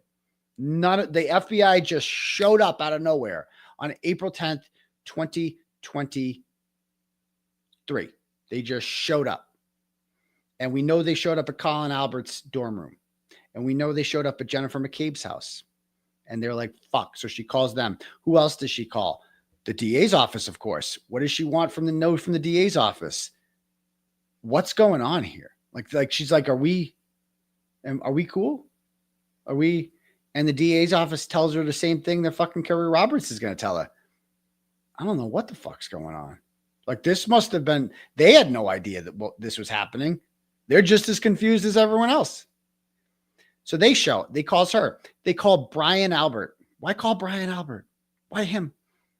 Unless you're a co-conspirator in a murder with him and like, Brian, are we okay? Of course. She doesn't call Nicole Albert. She calls Bri. Why does she call Bri? Because what the fuck is Nicole going to do? Clean the kitchen counter again? No. You're going to call Bri in. He's going to help take care of your problems. That's what he does. Those two are the leaders of the whole thing. Brian and Jen. Then there's the last one's Peggy O'Keefe. Same reason she calls Kerry Roberts. Okay. If Peggy O'Keefe was on our side, this would be over by now. The fact that they have the O'Keefes tied around their fingers is why we're even debating any of this right now. So there's that. Anyways, let's hear what she says. Okay, you walked into the house. They then called you on the phone. Yes. They were still sitting outside your house. I don't know where they were, but they did call me. They were close by. I'm not aware. Well, the call came almost immediately after you walked back in the house, correct? I'm not sure how much time had passed. Give me an idea. It wasn't an hour. It was soon after. I'm just not sure. I can't tell you where they were located. I'm sorry. Okay. They told you that they would, at that point, they identified themselves as being law enforcement agents, correct? When they called me, yes. And they told you at that time that they were not with Canton Police. You knew at least they were not with Canton Police Department. They were not with troopers with Massachusetts State Police, correct? Yes. Okay. And they told you that they would like to have an interview with you. They'd like to have a sit-down talk with you, correct? Yes. You told them that you would be willing to submit to an interview, but you needed about 10 minutes to get ready, correct? Yes. You ultimately did allow them into your home, and you did sit down for a formal interview with them, correct? Yes, brief, but yes. And it was during that formal interview inside the home that it was explained to you that it would be a crime for you to lie to them on any material issue, correct? Yes. During the course of your interview, your husband, Matt McCabe, came home. Is that right? Yes. Look at her. Look at her. She looks at the jury. Law enforcement agents continue to question you. As law enforcement officers continue to question you at some point, you informed them that you did not feel comfortable with any further questioning and you suspended the interview, correct? Yes. Before leaving, however, those same law enforcement officers asked you if you had contacted anyone in those 10 minutes when you indicated, I need 10 minutes to get ready, between the time they called you and the time that they showed up and came inside your house, correct? Yes. Yes. You told them that you had contacted your husband, Matt McCabe. Yes. Which is why he came home, right? Yes. And you told them that you had called Kerry Roberts before they interviewed you, correct? Yeah. At that moment. I'm not 100% sure, but if you have it, it seems like something I would do, but if you have it, could show me. Absolutely. She knows the answer to this. This is all her delay tactic bullshit. She knows the. Can you show me this? Bitch, she knows what the answer is. She's just delaying. That's all this is.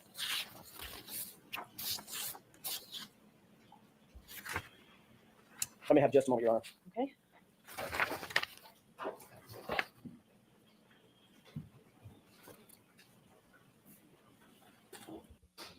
It appears to be, yes. The person who stand for going to page 5, top folder. I'm sorry, page 4, top folder. Look at this. 10 seconds, 30 seconds, 45 seconds, 1 minute, 1:15, 1:30. About who you contacted in that 10-minute interval? 1:45. That's Yes, I told them. And you told them that you had contacted your husband, Matt McCabe, Yes. and Kerry Roberts. Correct. I want to stick with that for just a quick second. One of the first calls you made after being contacted by these other law enforcement officers from a different. And this whole thing about like, I thought they were from like, I thought they were encyclopedia salesman or something like that. So I said I wasn't Jen. Bullshit.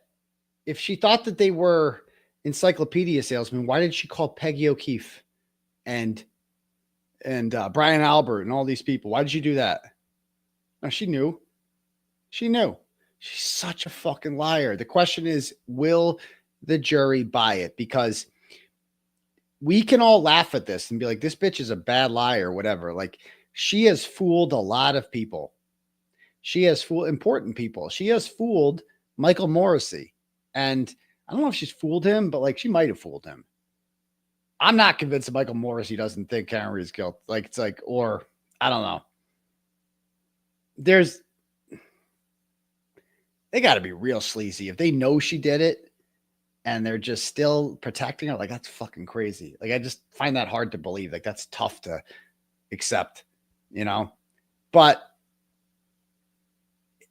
she fooled Saraf. She fooled Good. She fooled all these fucking people with her little charm and her bullshit and her shtick here. Like, and I just hope, like, is she fooling the jury? She can't fool all 18 of them. That's for goddamn sure. She cannot fool all of them. She didn't fool all of them last time. But all she needs is a couple to hang this jury. An agency. One of the first calls you made was to Kerry Roberts. Is that right? She was the first one. That's what I'm asking. One of the first two calls you made, your husband. Right. Come home. There's law enforcement outside my door. I'm guessing is what you said, correct? I don't remember my exact words now, but I did ask him to come home. Correct. And yes. Kerry Roberts. Okay. Yes. You wanted to let Ms. Roberts know that you had been contacted by certain officers from a different agency, correct? I was curious if they had already been to her. That was my next question. Yeah. You also wanted to find out had these law enforcement officers from this different agency contacted her, correct? Yes, because typically if you enter our town, she's. Ms. McCabe, yes or no? Oh, sorry, I was just trying to explain. Okay. I'm sorry. Is that why you contacted her to find I'm out sorry. if in fact they had contacted her for you? Yes or no? Yes. And you also wanted to find out what she told them if she had been contacted by them, correct? That was your motive in calling her. No. So you just wanted to find out had she been contacted, but if she had said yes, you weren't going to say, and what the hell did they say? What did they ask you? Well, I can't say what I would have answered, what I would have asked her, but I know I was calling to see if they had been there. Yes. That was your intent. I called to ask her if they had been there. Yes. So that was your intent. Yes. Yes. Okay. Oh. That is not.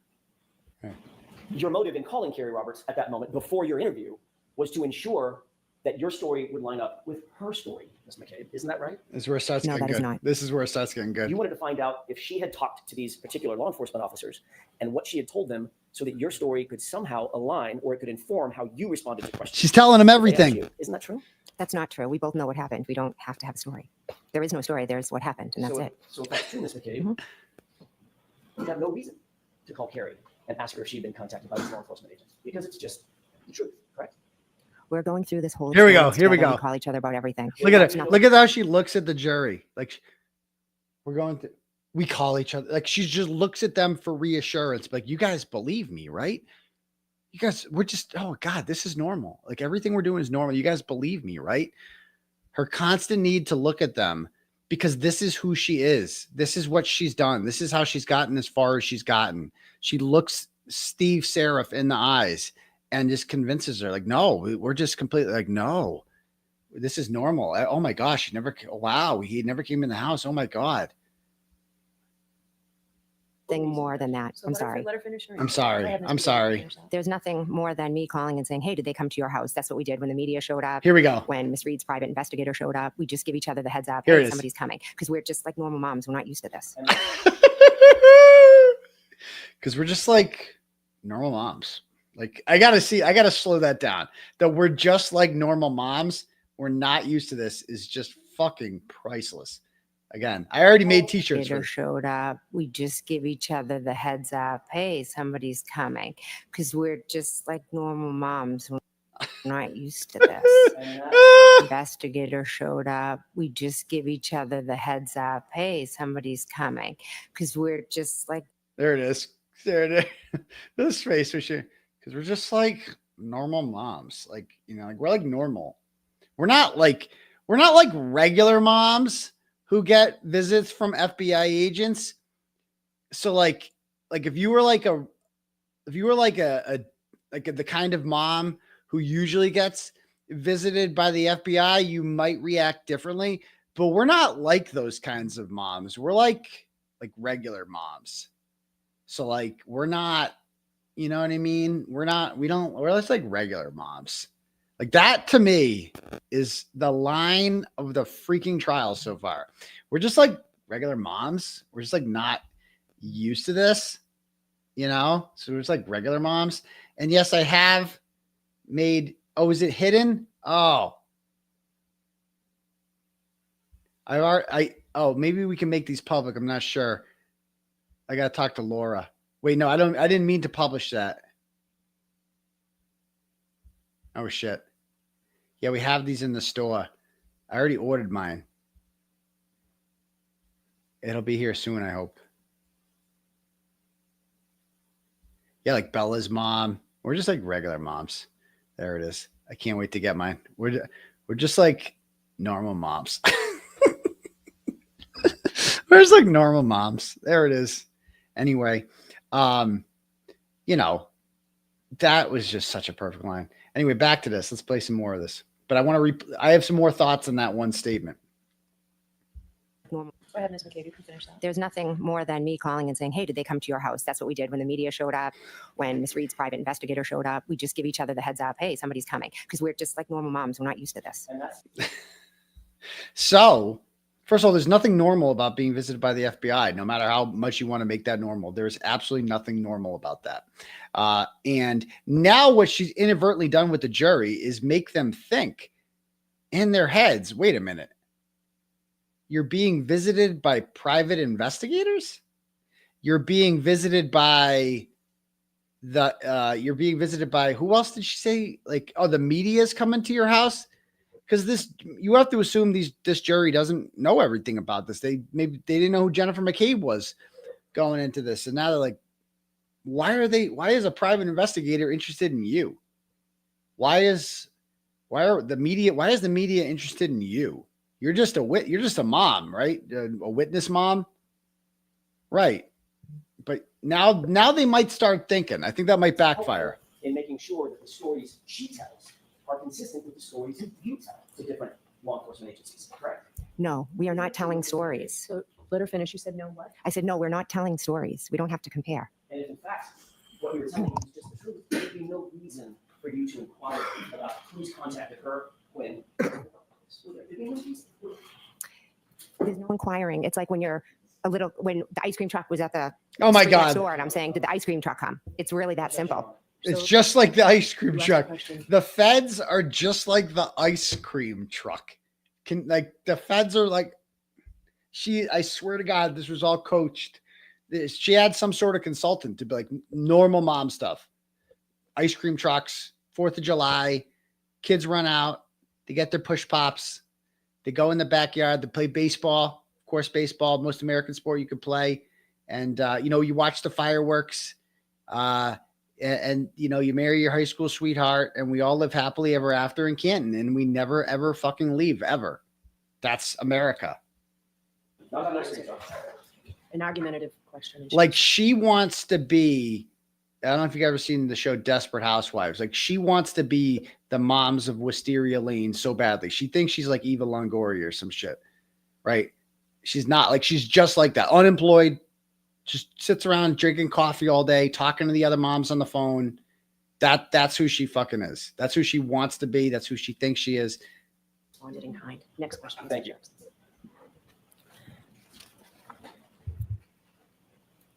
You also testified in your direct examination, staying with Ms. Roberts for just a second, about a timeline that you and Ms. Roberts put together, correct? Yes. That's another example of the two of you talking about your own perceptions and comparing and contrasting those perceptions and putting it down in paper, correct? No, Yes or no? it's a no. Can I explain or no? I'm sure Mr. Brent will have follow-up questions. Yeah, you'll be saved later. After you gave that answer to those law enforcement officers at that separate law enforcement agency,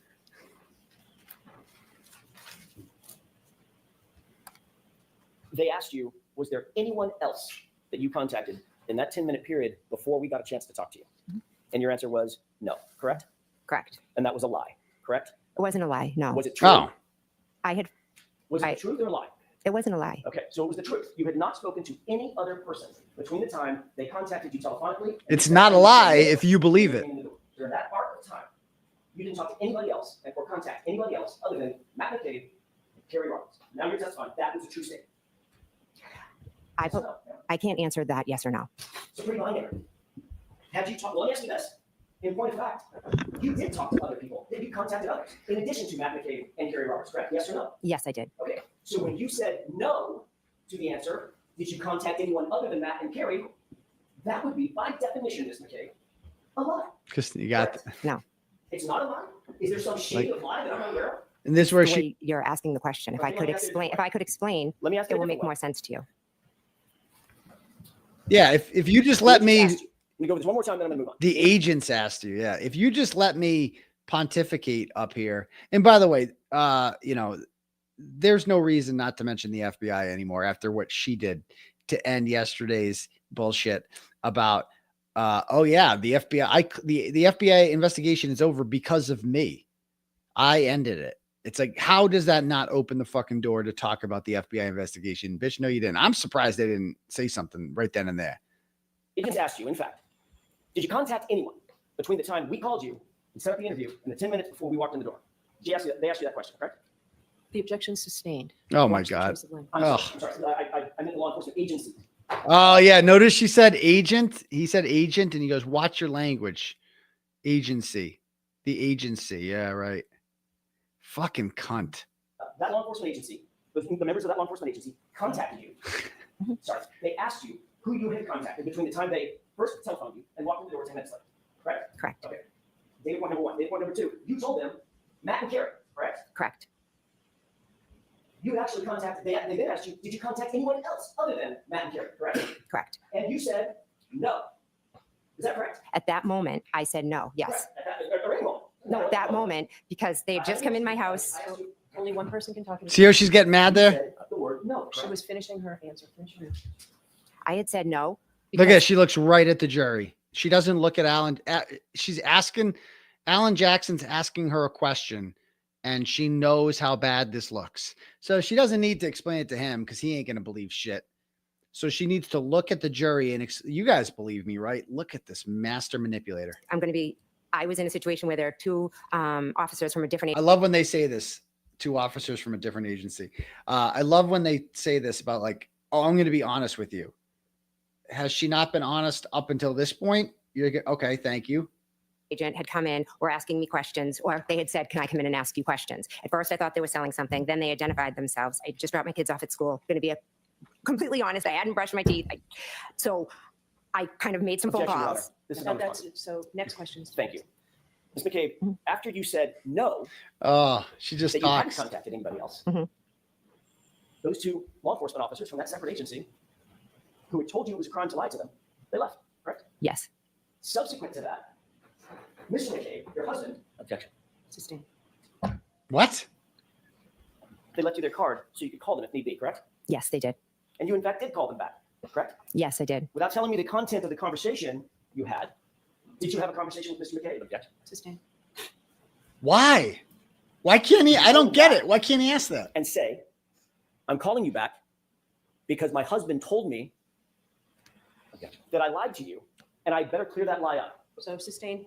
Jurors, remember I told you before that only answers to questions are evidence? Be mindful of that. Next, yes. That's coaching the jury. That's telling them, don't listen to anything this guy just said. Oh my gosh. So anyway, we're going to fast forward here to 3:06. Ultimately, call these officers back, correct? Yes. And you explained to them that you had been untruthful with them, correct? I explained that I had forgotten to mention a couple of people that I had reached out to. You had forgotten. Oh. Is that your testimony? Yes. You had forgotten. You remembered Matt and you remembered Kerry, but you had forgotten the others that you had just contacted maybe 30 minutes before. Yes. There were 5 people that you contacted before. I contacted Matt. Let's go through them. Chubbs. I know 4 off the top of my head. Okay, let's go through them. Okay. You contacted your husband, correct? Yes. You contacted Carrie Roberts, correct? Yes. You contacted Peggy O'Keefe, correct? Yes. Then, Ms. McCabe, you contacted the district attorney's office, correct? My witness advocate. The district attorney's office. My witness advocate who works for the district attorney's Thank office. you, Ms. McCabe. Yes. And you also left out that you contacted Brian Albert himself, correct?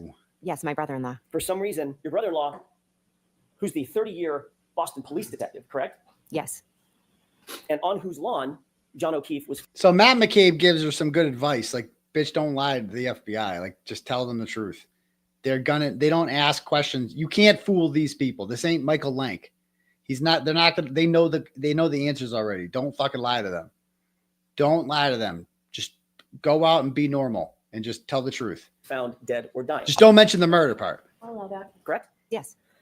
For some reason, you did not want these officers to know that you had communicated specifically with Brian Albert, the homeowner, just before you talked to them, correct?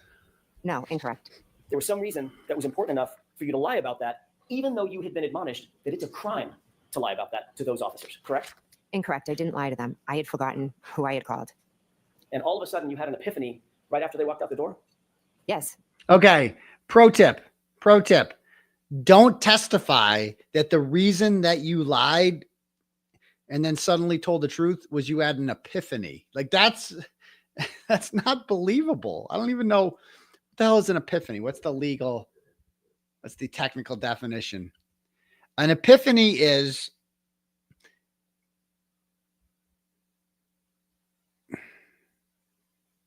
a sudden striking realization of a moment of great understanding.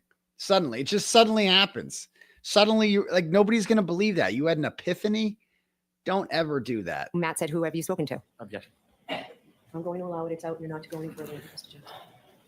Ms. McCabe, I want to draw your attention to. Okay, so now we're gonna January 28th. You had gone out drinking with your family at the okay. waterfall bar. I'm gonna skip to I 340. went with my husband and met my sister. Yes. And met the other family. Let's skip to right here. Afternoon, like after 12, or I'm not 100%. Sorry. You had been contacted by Trooper Proctor while you were still at 34 Fairview. Is that right? Yes. Ultimately, instead of coming from the Canton Police Department to 34 Fairview, you went home to your house. To yes. the Country Lane address. Yes, I did. And Trooper Proctor ended up meeting you there, correct? Yes. And in addition to you and Matt being there, Brian Albert showed up, correct? I asked him to come. So you asked your brother-in-law to come to the interview that you were having with Trooper Proctor formally in furtherance of his investigation surrounding the circumstances of this case. Correct? No. But Brian Albert did show up at your house. He did. I asked him to come. Yes. And he was inside the house when Trooper Proctor ultimately interviewed you, correct? He was in the house. Yes. See, this is why it's bullshit that they can't call Michael Easter. This is like Auntie Bev's fucking around shit. Like, I've seen the jury. I'm not convinced that they don't know this is abnormal. Because they might just think like, oh, maybe that's just how they do shit. I don't fucking know.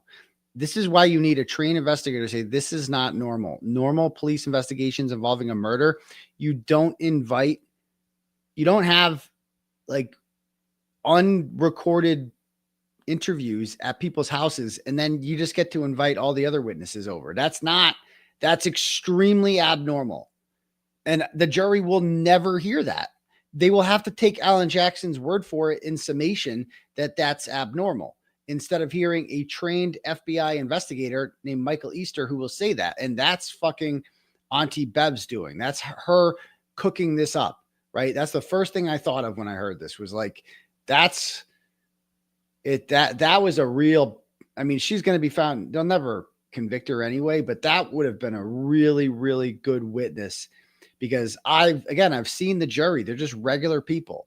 I don't know what they know. Like the average person might not know. Like, I don't know what the protocol is with this shit. Like if you don't watch 48 hours or I don't fucking know how this works, you know? And you'd spoken to Brian Albert before. All right. Next clip I have here. I believe so. Yes. Matter of fact, several times you had to have spoken to him at 34 Fairview. You've already said that, right? Oh, right. Yeah. We were all there in the kitchen. And then obviously you spoke to him about the interview before Trooper Proctor got to your house to interview you on the 29th as well, correct? We were just talking about what happened. It wasn't specifically about Trooper Proctor. Right. Not about Trooper Proctor. You talked to Brian Albert about the circumstances of this case before you spoke with Trooper Proctor. Yes, I had. Do you remember exactly what you said to Trooper Proctor about the location of the SUV in front of the house? I know what I said, yes. Okay, what exactly did you say? I said the car was straight out front of the front door. When I was looking out the front door, it was straight ahead. Isn't it true that what you actually said, Ms. McCabe, is that you first observed the vehicle parked on the street by the driveway facing in the direction toward Chapman? Okay. I'll allow it. Is that what you said? Those are not my words, no. Oh, next question. Again, this is another thing you can use Michael Easter for. Is it weird to not get witnesses, for a witness to say that every police officer in their report just misquoted her? Michael Lank, Brian Tully, and Michael Proctor all misquoted her. And again, I've heard other people say, well, on cross with Michael Proctor, they can get this out of him. When's that going to happen? In fucking 4 weeks? You know what's going to happen between now and the time we hear from Michael Lank, or the time we hear from Michael Proctor or Brian Tully? That's going to be weeks. You're going to forget about this one little interaction here. So much is going to happen between now and then that the jury's going to forget that she said that Michael Proctor misquoted her in a report. Because ideally, you'd like to have Michael Proctor right on the stand next to her and be like, so she says that you got the report wrong. She says she didn't say that. Did she say that? Like, put them right next to each other in a perfect world and say, is she telling the truth or are you telling the truth? Did she say it or didn't she say it?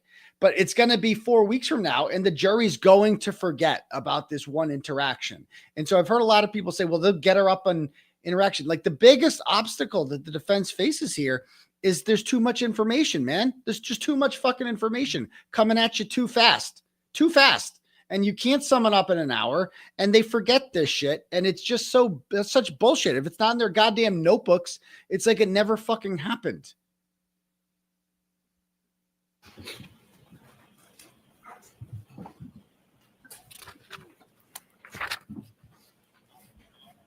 You've already indicated that following the events of January 28th and 29th, you have spoken extensively with your family and your friends, members of your family and your friend group, about what happened that night, correct? Yes. And that includes Brian and Nicole Albert, is that right? Yes. That includes Matt McCabe, your husband, correct? Yes. That includes Chris and Julia. You were sharing what your observations of that evening were, what your story was, how the evening started, how it ended for you, correct? Or the morning ended for you, correct? No, I'm not correct. During the time that you folks were inside the house discussing this, there was no law enforcement agent or officer inside that house, correct? Here we go. Correct. So the entire family and the friend network that we're talking about, with whom you discussed all these events, everybody was entitled to and did coordinate their statements without any separation and without any law enforcement oversight, correct? I was with my family. My sister, my brother-in-law, wasn't really a big group of us. As I've mentioned, I know 5 or 6 people. I was in shock. I didn't know what had happened. They were just asking me what happened. And questions like that, and I absolutely told them. But it was no story. There was no us being allowed to do it. That was my family. They were just there with me. But nobody was separated by law enforcement, correct? I don't believe there was a reason to separate us. Nobody. Well, notwithstanding what you there we was go. The reason, you're not a professional investigator, correct? I'm not. No. You're not a trained investigator. No. You're certainly not a homicide detective, correct? No. None of you witnesses were ever separated. Look at her. Look over to There was them. no reason to separate us. I'm not asking you if there was a reason. I'm asking you whether or not. Look at it. Look at it. She just looks at the jury like, you guys believe me, right? If anybody was separated in that house, or was everybody allowed to talk amongst themselves? I was with my family. We didn't need to be allowed. Okay. You did need to be allowed. Like, we didn't need to be allowed. Of course, the privilege that we allowed, you're a witness in a murder trial. Allowed? What are you talking about? You invited a guy over there and he's dead on the front lawn. You should be a suspect. What the fuck?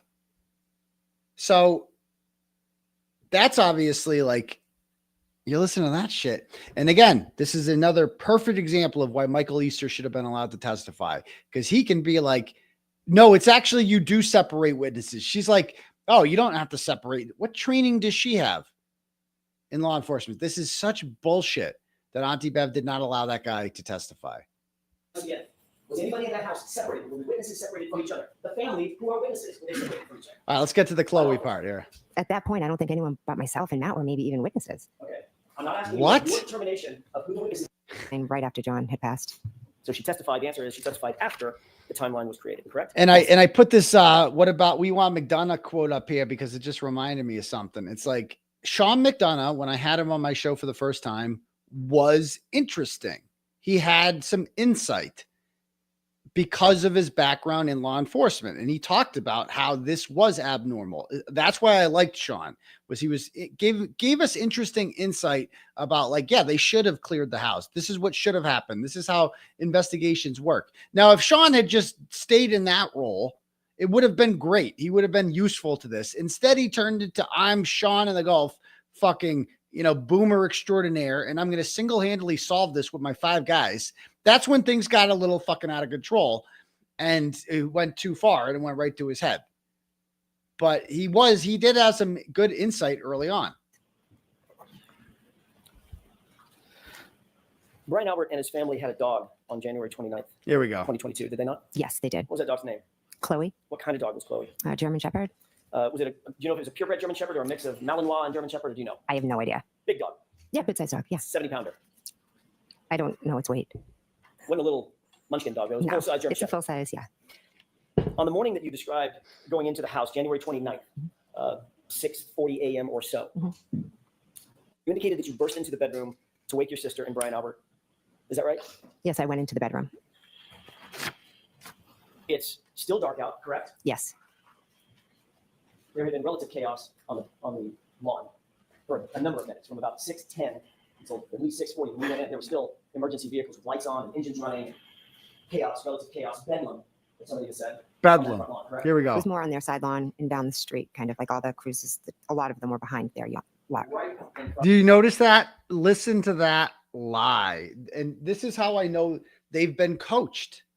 They know the weaknesses in their last case. They went into the last case and be like, so what are our weaknesses? Well, one weakness is this shit happened right in front of Brian Albert's window. So, what could we do to fix that? Well, let's just exaggerate. Let's just say it happened like down the street, but like it was on the side yard. Like the side yard's so fucking far away, right? This is why they need to see the house after these people testify. Because it's right fucking there by the window.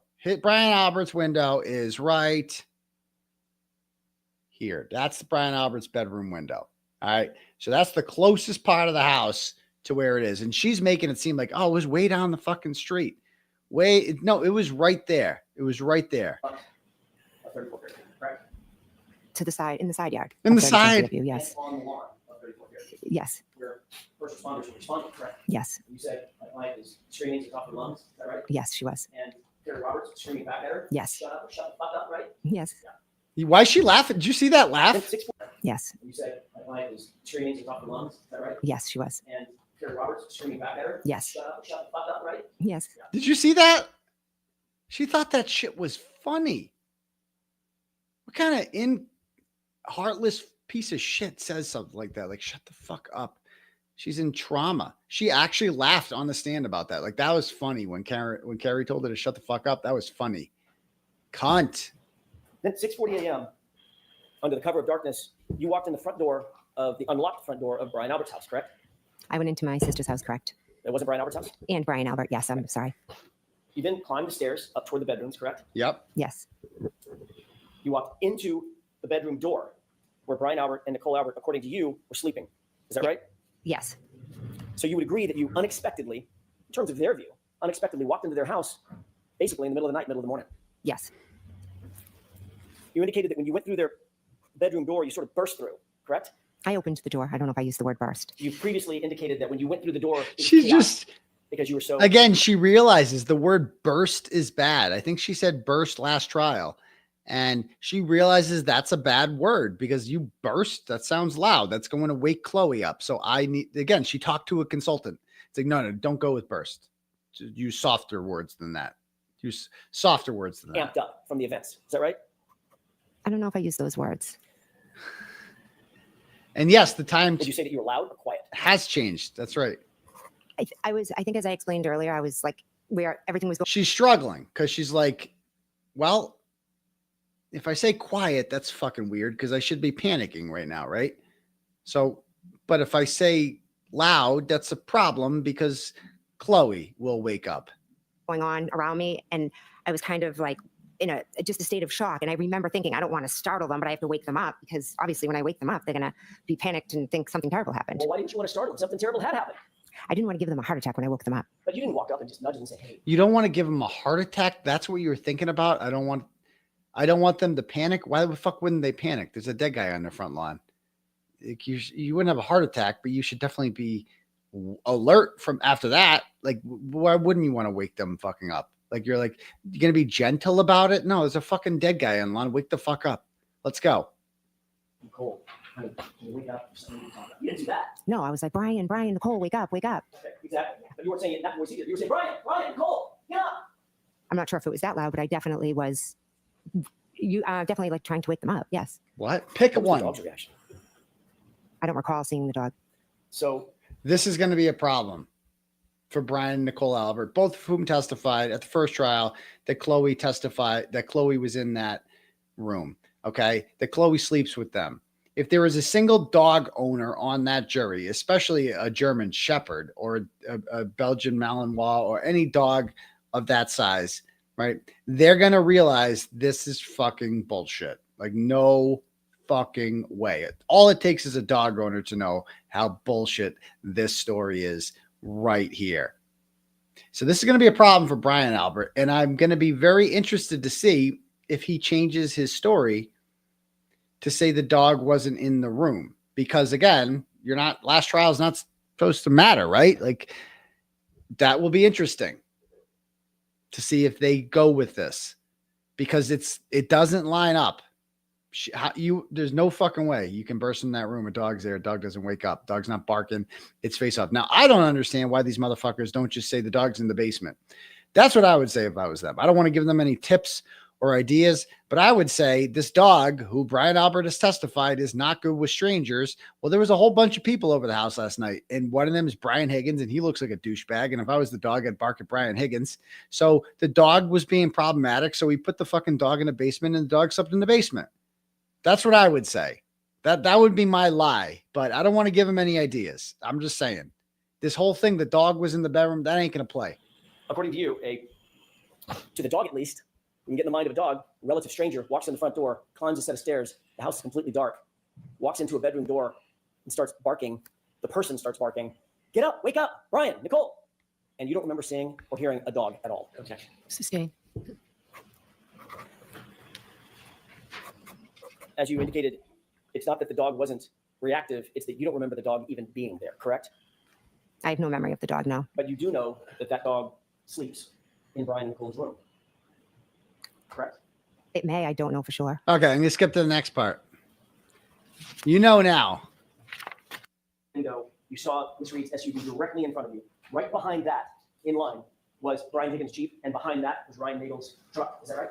I'm not sure where his truck lines up. I just remember seeing lights. I just quickly saw Miss Reed's car and went back into the room. I wasn't, I apologize, paying attention for like specific details about cars. At some point, you did become interested in exactly what time Ryan Nagel's truck arrived, correct? This is after the fact, well after the fact, months after the fact. Yes, I did. As a matter of fact, you took it upon yourself to ask Julie Nagel, Ryan's sister, to send you something, correct? Yes, I did. What did you ask her to send you?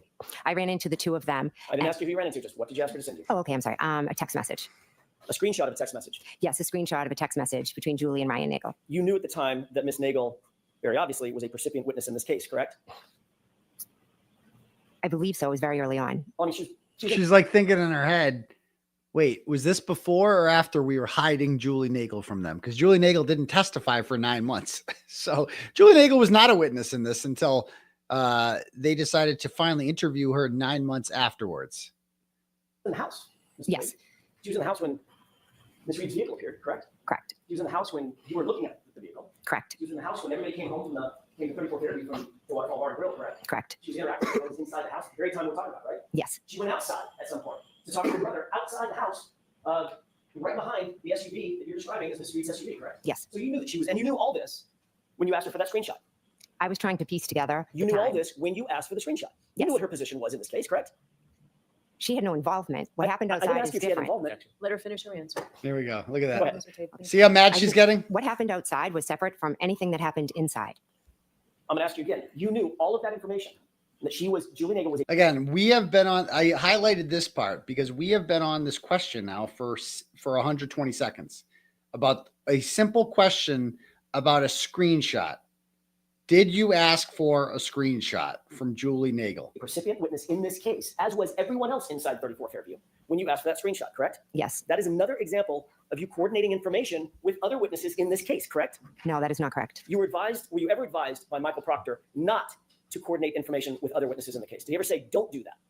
I don't recall. So again, if there's no Michael Easter testifying, then how do you know this is not normal if you're a juror? How do you know this isn't normal? Like, how the fuck are you not? Like, that's a big problem. Is I don't think jurors understood that last time. Like, this shit ain't normal. You don't recall, or he didn't? I don't recall if he did or not. Okay. If he did tell you not to coordinate with other witnesses, this would be a breach of that agreement, wouldn't it? Objection. Sustained. Indeed, once you got that screenshot, we'll talk about that in just a second. When you got the screenshot, did you ever share that with law enforcement? I'm not sure if I did or not. You never provided that to Michael Proctor or any other investigator. All right, so I'm going to give you another example of a filibustering about a really simple question. So they give her some. It's just what we've discussed. It doesn't really refresh. Okay, so it does not refresh her memory. Does not refresh her memory. Yes, that's what I said. That was her answer. That does not refresh your recollection? Objection. That was her answer. Next question, Mr. Jackson. May I approach? Yes. More looking at shit. Like, look this over. Okay, look that over. Yeah. Okay, here we go. What do you? Having seen these, does this refresh your recollection about what we were just discussing concerning that conversation? Regarding me asking Julie Nagel for the time? Correct. Yes, it does. Okay. And what time did that was attended to a screenshot that you asked for, correct? Yes. And that time was what? Objection. Do you remember the time? Can I look at the paper? I was reading everything. I didn't So look the at question is whether you remember the Oh, do I remember it? I don't remember the exact time, but I can read it off the paper. That's different than a Dude, memory. look at this shit. If you're on the jury, this is all her plan. If you're on the jury, you might have forgotten what the fucking question is, because I sure as fuck did. Watch this. I'm like, wait, what was the question? And that's what she's doing here. She's making you forget what the question was with her bullshit. Like, I don't, this is all over a fucking screenshot she got from Julie Nagel. We're like 10 minutes into this now. Sorry. That's different. Next question. So this does not refresh your recollection. This is the time that was reflected on that screenshot. I can read the time, but in my memory. Not my question. I have to do it this way. Okay, sorry. Does it refresh your recollection as you sit here, having read this, as to the time that was reflected on that screenshot? I remember. I don't, sitting here today, the only reason I know there's a time is because of what's on that paper. But you did ask for a screenshot from Ms. Okay, Nagel, correct? Yes, I did. And that screenshot, Not according to do you have an independent recollection of about, if not down to the minute, about what time that was? I could say I'd have to be, I wasn't looking at my watch that night, so it's very hard for me to give a time just off of my memory. I know what I've seen, but. Okay. You did see both Ryan Nagel's truck and Miss Reed's SUV in front of the house at the same time, correct? I saw his lights in my peripheral vision on the left. The lights are attached to what? The car, but it wasn't out front. Miss Reed's vehicle was out front. Right. When I say in front of 34 Fairview, we're going to talk about the spacing in just a second. I just meant out in front of the house. Yes, over to the side, correct? Okay. Yeah. And you're indicating that, and I want to be clear about All this. right, so you guys get the point with the filibustering. Next thing I'll go on to here. Let's see. 4:40. Let's see. No, this would be the 5:25 mark. Okay. After lunch. Okay. lawyers agree that that's information contained in his Celebrate report. Thank you, Your Honor. May I continue? Yes. At some point, you indicated that, and by the way, Ms. McCabe, at 12:27, it's now been stipulated to, you texted a single word, here, exclamation point, question mark, correct? Yes. Okay. You indicate that you saw the SUV move up after it was in front of the 34 Fairview residence. It moved up some number of feet, correct? The next time I looked, it was at a different location. Right. Now, you did not see the white Jeep move from the place that you originally saw it. The white in front of mailbox, Jeep. correct? Oh my God. I never looked out at the white Jeep. But you never saw that move ever? No. As a matter of fact, Mr. Higgins, that Jeep was in the same spot while Mr. Higgins was inside the residence until he left, correct? That's what I would assume, yes. Okay. And you never saw him go out and move his car and come back in or anything like that? I never did, no. After you, it's fair to say that once you noted that the SUV, Ms. Reed's SUV, was in front of the location, you started paying some attention to it. I went to the door a few times to look out, yes. As a matter of fact, So this goes on for several minutes. And again, she's the master of getting you to forget what the fuck she's talking about. What he's trying to do here is obviously get her to point out that, like, you were looking out the window constantly, at least 3 times. You went out and looked at the window, and then you looked at your watch every time you did that. You initially said 5:45 or 12:45 at the last trial, but now you realize that's inconsistent to the insane new theory from the government that he was hit at 12:31 and 46 seconds and then somehow stumbled backwards for 20 seconds, got a text message from Jennifer McCabe, which he read, and then closed his phone and then died and just lay down on the ground and died 20 seconds after he was hit by a car. Okay. And she realizes that if she says 5:45, this is going to be problematic. That's how you know that she has been coordinating her testimony with the district attorney. It's such bullshit. It's just so obvious. So that's that part. Let's do this one. This is hilarious. Is that I did go twice and I saw it. I saw it straight ahead. I saw it at the flagpole and a third time further up. I cannot say with certainty with my memory today that I was up at that door every single time. I'm sorry. And by the way, when you... I'm sorry. That was a year ago, correct? A year earlier and a year closer to the event, correct? Yes, it was. Your memory would have been a little bit fresher then than it is now, a year later. I don't think I can compare my memory then to now. You can't compare your memory? Do you think your memory gets better with time or fades a little with time? Well, some things, unfortunately, I think about every single day with this case, the trauma of it and what I experienced and went through. By the way, that right there would have been the perfect way for her to talk about witness intimidation. I don't understand it. They went out of their way not to talk about witness intimidation, even though they're allowed to. That would have been, I'm like, oh, she's going to talk about it now. And she didn't mention it there when she's like, we think about this every day. What do you think about? Oh, the vicious harassment. That's what we think about every day. Interesting. And there are some things that I am certain I will never forget. And I know for sure where the car was. And I know for sure I sent those 2 texts. But I apologize if I misstated. I went out more than I did. I apologize. Just to give you what I remember. Just trying to be a mom. Today. Just trying to be a mom. Texts and you looking out the door. You did approach the door and you saw that the vehicle was there the initial time. Okay. Correct? That's one. When I texted here, yes. And you texted here, exclamation point, question mark. Is that right? Correct. And you indicated that when you first saw and by the way, the blizzard had basically just started. There was a dusting on the ground. It was snowing. It was accumulating. Right. But it was early in the storm. Oh, yes, absolutely. Right. Oh, yeah. And when asked about whether or not you had a view, well, let me ask it a different way. In terms of your view of the SUV and the distance from the storm door to the SUV to that curb line, there was nothing obstructing your view. You had a clear view of that, a good view of the SUV, correct? When I looked out the window, I could see the SUV in front of me, yes. At no time during any of this interaction with the door, meaning going back and forth to the storm door, texting, looking outside, seeing the SUV in position 1, seeing the SUV in position 2, seeing the SUV in position 3, at no time did you hear any noise that was unusual, did you? No, I didn't. You didn't hear any screaming? No. You didn't hear any yelling? No. No loud voices? No. No foul language? No. You didn't hear a door slam? No. You didn't hear a verbal argument or a fight of any kind? No. You didn't hear a revving engine? No. You didn't hear the squealing of tires or the scraping of tires on pavement? No. You didn't hear a collision take place? No. Or a crash? No. This is great. Screams for help? No. Moaning, groaning, as if someone was in distress? No. As you looked? Perfect. Besides the ARCA testimony, what you just witnessed there and that little back and forth there, that is the most effective thing that they got out of Jennifer McCabe, that interaction that you got right there. That is arguably the most, I mean, they got some other good bits too, but that one right there is the hardest for the jury to understand. So he did a great job of getting her to admit that, yeah, I was at the front door several times. You didn't hear any of this. You didn't hear this. You didn't see this. You didn't see this. They were just at the house. They know how impossible that is, that you didn't hear anything. It's not like you said that. I mean, she would have been better off saying I was in the basement the whole time. I didn't hear any. They don't want to talk about the basement though. You know, the R was in the kitchen in the back or something. No, she put herself in the front of the house looking outside and you didn't see anything. That is the most reasonable doubt thing I've heard ever in this whole case, is that she looked out and was constantly looking out there and didn't see a fucking thing, didn't hear a thing, nothing. She's just a soccer mom though. And they miss murders. Sometimes murders happen in front of soccer moms and they don't know what happened because they're just like normal moms. And like, they don't like know like what a murder is. Like they're not like used to murder. So like if a murder would happen like right in front of them, they like wouldn't know because they're just like normal moms, you know, normal mom stuff. At the SUV, the first time, you've already indicated that you had a clear view straight out. How about this? The door, right? It's right in front. This is a great the front interaction door too. As a crow flies, right? It's not at an angle. Right there. Okay. You also previously indicated that you saw tire tracks. There we go. Here we go. In that very light dusting of snow, the accumulation that you talked about, you saw tire tracks of some sort. Yes. So that's down on the ground, beyond the yard, somewhere in the roadway. In the street, correct. You had a good view of those tire tracks as well, correct? Yes. As a matter of fact, you were able to describe those as sort of almost a wave, I think you once said. Yeah, across the street. I could see it because of the street light that was across. Oh, now there's a street light.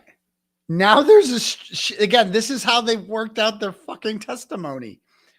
Wait, there's a street light across the street now? So it does light it up. I bet you they got sucked into this tire tracks and the snow thing early on. I bet you if they can go back and fix it, they would not say that.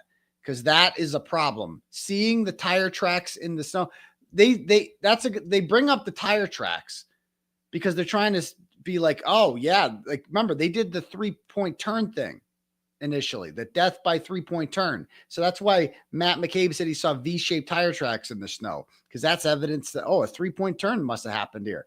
They added that unnecessary detail when they shouldn't have, because that's a problem.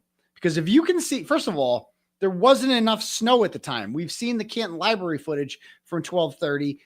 There's no accumulation yet. That makes no sense. There's no fucking tire tracks on the street at that point. And you can see the tire tracks, but not the body directly in front of you. That's even more insane.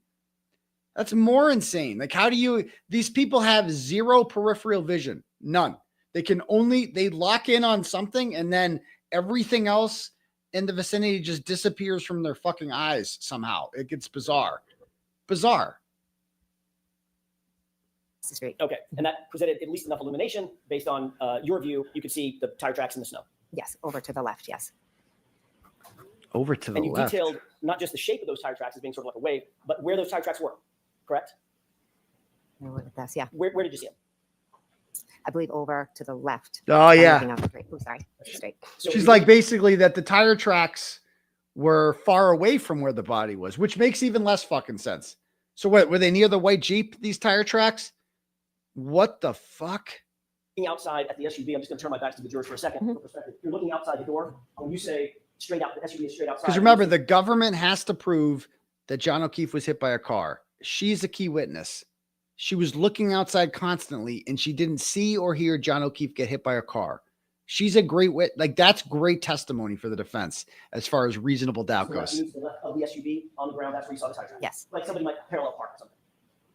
Kind of a wave, yeah. I can't really explain. Oh, wave, yeah. As I just saw it. You weren't paying special attention. What? You weren't looking for tire tracks, were you? No, when I glanced out, I saw it. You weren't looking for anything in the roadway at that point. You just glanced out. It was something in your peripheral vision, and you made note of it. Yes. And the only thing between you and the SUV as you looked out was the lawn. Correct. There's no ditches or hills in that lawn. It's a flat lawn, correct? I wasn't looking at the ground. I was just kind of looking like I am at you right now, straight. You know that lawn? You've been there? I wasn't looking at the ground. She's trying to explain why she didn't see a body. I wasn't. How can the tire tracks in the snow? That's the ground, right? So you are looking at the ground.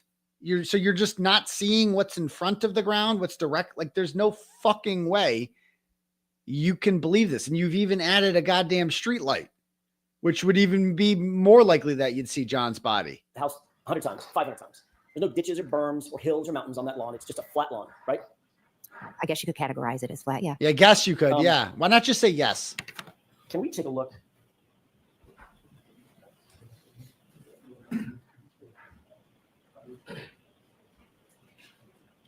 I wish they could show a picture from inside 34 Fairview Road now and just show her. Like, so were you standing right here? Just show the fucking jury the view of what that would look like, you know? Yes. All right, let me find a new timestamp. We're almost done with this one.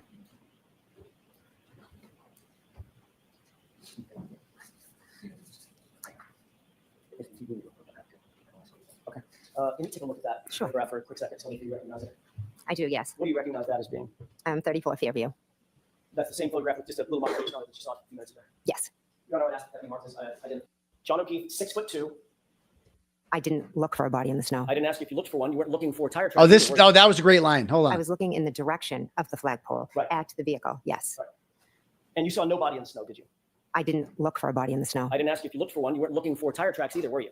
But you saw those. I love that. I love that line. Like, I wasn't looking for a body. That's why I didn't see it. But you weren't looking for tire tracks either. And you sure as fuck saw that. What would be easier to see? A human body closer to you or tire tracks in the snow, which are further away? That makes no sense at all. I did see those, yes. And you did not see a body in the snow? No, I did not. I bet John O'Keefe, 6'2". Here we go. 216 pounds, brawny guy, big boy, right? Nope, this is great. I don't think I'd refer to him as a big boy, but he was tall, yes. Oh my God. Just like, bitch, why not just concede that? He was a big boy. 6'2", 220 is big for sure. Big. You certainly didn't see him prostrate in the snow the way you found him the next morning, correct? Later that morning. I didn't see anything on the ground, no. Correct. Sorry, my husband Matt was driving. And where was Sarah Levinson and Julie Nagel sitting in that SUV? They were in the back seat. By the way, what kind of SUV were you in that night? A Yukon. Four-door, extended big seating? Yes. When the SUV pulled out of the driveway, it was in the driveway? Yes. When the SUV backed out of the driveway, doing a 3-point turn, backed out of the driveway, did it go toward Chapman or did it go toward Cedar Crest? It went towards Chapman. So as you backed out of the driveway, you would have been heading toward the flagpole side of the property rather than back toward the driveway side of the property, correct? Correct. You would have driven directly adjacent to the area where John O'Keefe's body was later discovered at 6:04, 6:03 a.m., correct? Yes, correct. You were seated in the passenger seat of the vehicle, not the driver's seat. Correct. You were seated in the front of the vehicle, not the back seat. Correct. You would have been closest to the yard as y'all drove past, correct? Correct. That's a newer model Yukon. I'm assuming that the headlights automatically turn on at night? Yes. So the headlights were illuminated? Yes. Did your husband, Matt, did he turn on the brights or did he leave the beams on low? Or do you know? I don't know. But certainly the area in front of that SUV, that Yukon, was well lit. The lights were on, yes. No, she can't just be like, yeah, they were well lit. The lights were on. Yes. But she can't admit, because she knows what he's getting at here. If the area is well lit, you're going to see a body. You did not see anything out of the ordinary as you drove right by that location, did you? I was looking in the back seat when we were driving. The answer is no. You didn't see anything. She automatically comes up with an excuse. We already know what this excuse was, of course, that the peanut butter sandwich. I can't even listen to the peanut butter sandwich Did you story. see anything out of the ordinary on that lawn as you drove by in that SUV? No, because I wasn't looking at the lawn. You certainly did not see John O'Keefe dressed in dark clothing laying prostrate in the lawn. No, I did not. You said that you were turned around talking to the other young ladies in the SUV, Julie Nagel and Sarah Levinson. Is that right? Yes. You indicated that you were engaged with them about a conversation having to do with bread and maybe peanut butter or something. Yes. You didn't, as you passed by that location adjacent to where John's body was later discovered, you didn't hear Julie Nagel say anything out of the ordinary about having seen something. No. You didn't hear Sarah Levinson say anything out of the ordinary. So Julie Nagel testified at the last trial that she yelled out in the car, "Oh, look at that black blob." This is why I wish you could have one on after another. Be like, okay, now Julie Nagel, did you say anything in the car? Yes, I did. The jury's going to forget, man. The jury forgets. If you ask Julie Nagel about, did you say black blob? And she's like, yeah, I told everyone in the car there's a black blob. You are not allowed to ask her, did you know that Jennifer McCabe testified that you didn't say that? So you can't remind the jury of this. The jury's going to forget. This is a fucking problem. I'm telling you. About having seen something. No. According to you, you were turned around, directly engaged with both these young ladies as you passed by that area where John's body was later discovered. Is that right? When we pulled out, I turned around and I was talking to them about the bread and the peanut butter. I'm not sure, exactly where we were driving, but it was when we pulled out. Yes. Right. It was so impactful on you having heard that. Not once, not twice. Now we're getting to I hit him. I hit him. I hit him. Is that right? Yes.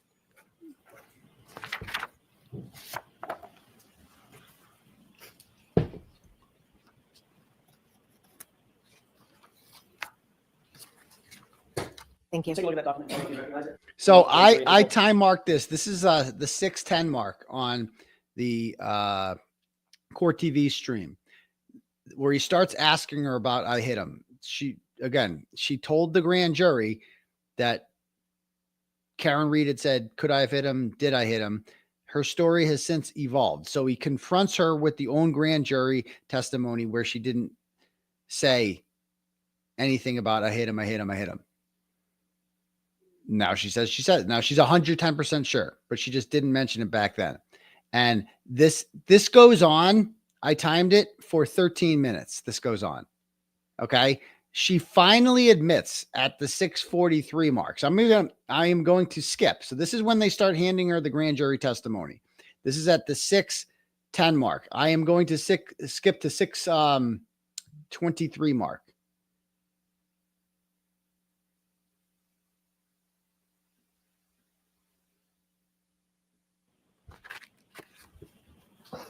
You actually recounted to the grand jurors a conversation that you said my client had with a female EMT standing right there, exactly as you testified to today. Female EMT. You see that? I do, yes. And what did you say my client's statements were in front of that female EMT. In this, I say that she said, could I have hit him? Is he dead? It's actually, did I hit him? Oh, sorry, I missed that part. I apologize. Did I hit him? Could I have hit him? Is he dead? Is he dead? Is he dead? And that was... Took 13 minutes to get that out of her. They hand her the fucking script, and it's like, you said this. It took 13 minutes for her to get to simply admit what was on a piece of paper in front of her. God damn. I don't know if they're picking up on this. I don't know if they understand how shady this bitch is. Next thing.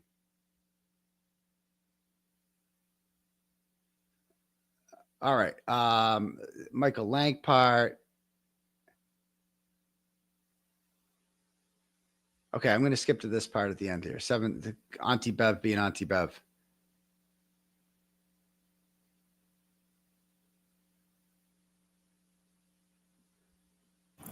You actually told Sergeant Good at the time when he asked about those first phone calls that when Miss Reed called you, she was inquiring about John's whereabouts, correct?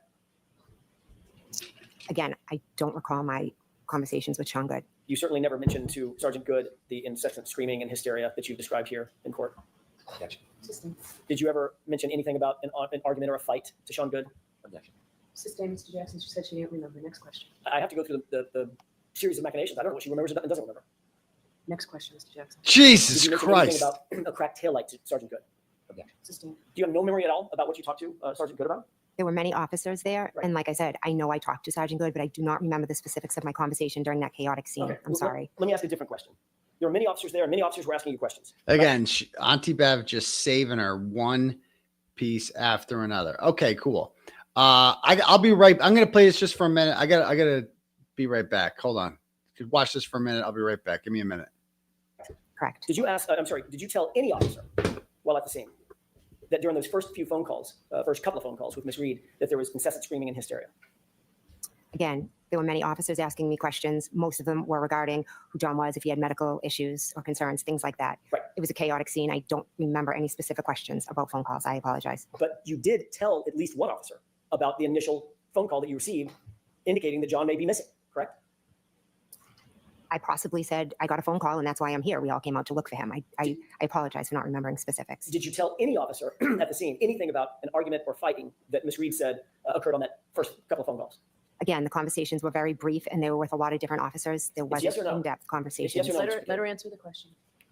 Do you recall? That is a yes or no question. Do you recall telling any officer about a conversation in the initial couple of phone calls that you had with Miss Reed about fighting or being in an argument? Do you recall that? I cannot answer yes or no. Well, you either do or you don't. If you don't, I said say there you was don't. many different conversations. I am not sure. So you don't recall. I'm not sure on specific conversations about that. I apologize. Is there a reason why you're not telling us that you simply don't recall making that statement? Sustained. Do you recall telling any officer about a cracked taillight that came up in one of those first two phone calls? At the scene? At the scene. Again, I think all the conversations were about what was happening in the present time. And literally, this was a couple of hours after this incident, correct? When everything was freshest in your mind. These conversations were at the scene when Miss Reed was running around screaming. Were you also interviewed by Officer Mullaney? Again, there were many officers there that I spoke to. Ms. McCabe, do you understand my question? Did you understand the last question I asked? If I spoke to an officer Mullaney? Correct.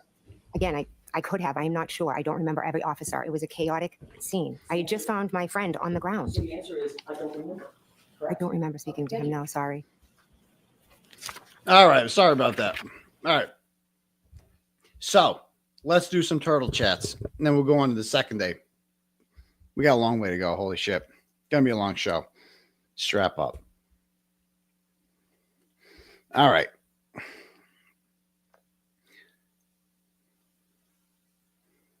I'm gonna read these as quick as I can. Promise.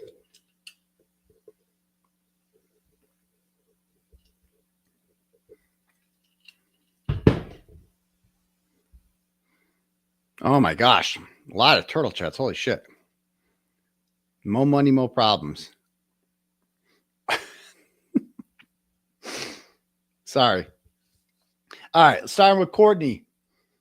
Sends $10 and goes, here's my winnings from the Kentucky Derby. Ode all to you. Among the 20 horses, I placed my bet on Journalism, a favorite for the race given his blend of stamina, charisma, and potential. A lot like yourself. I appreciate the compliment, but didn't Journalism lose?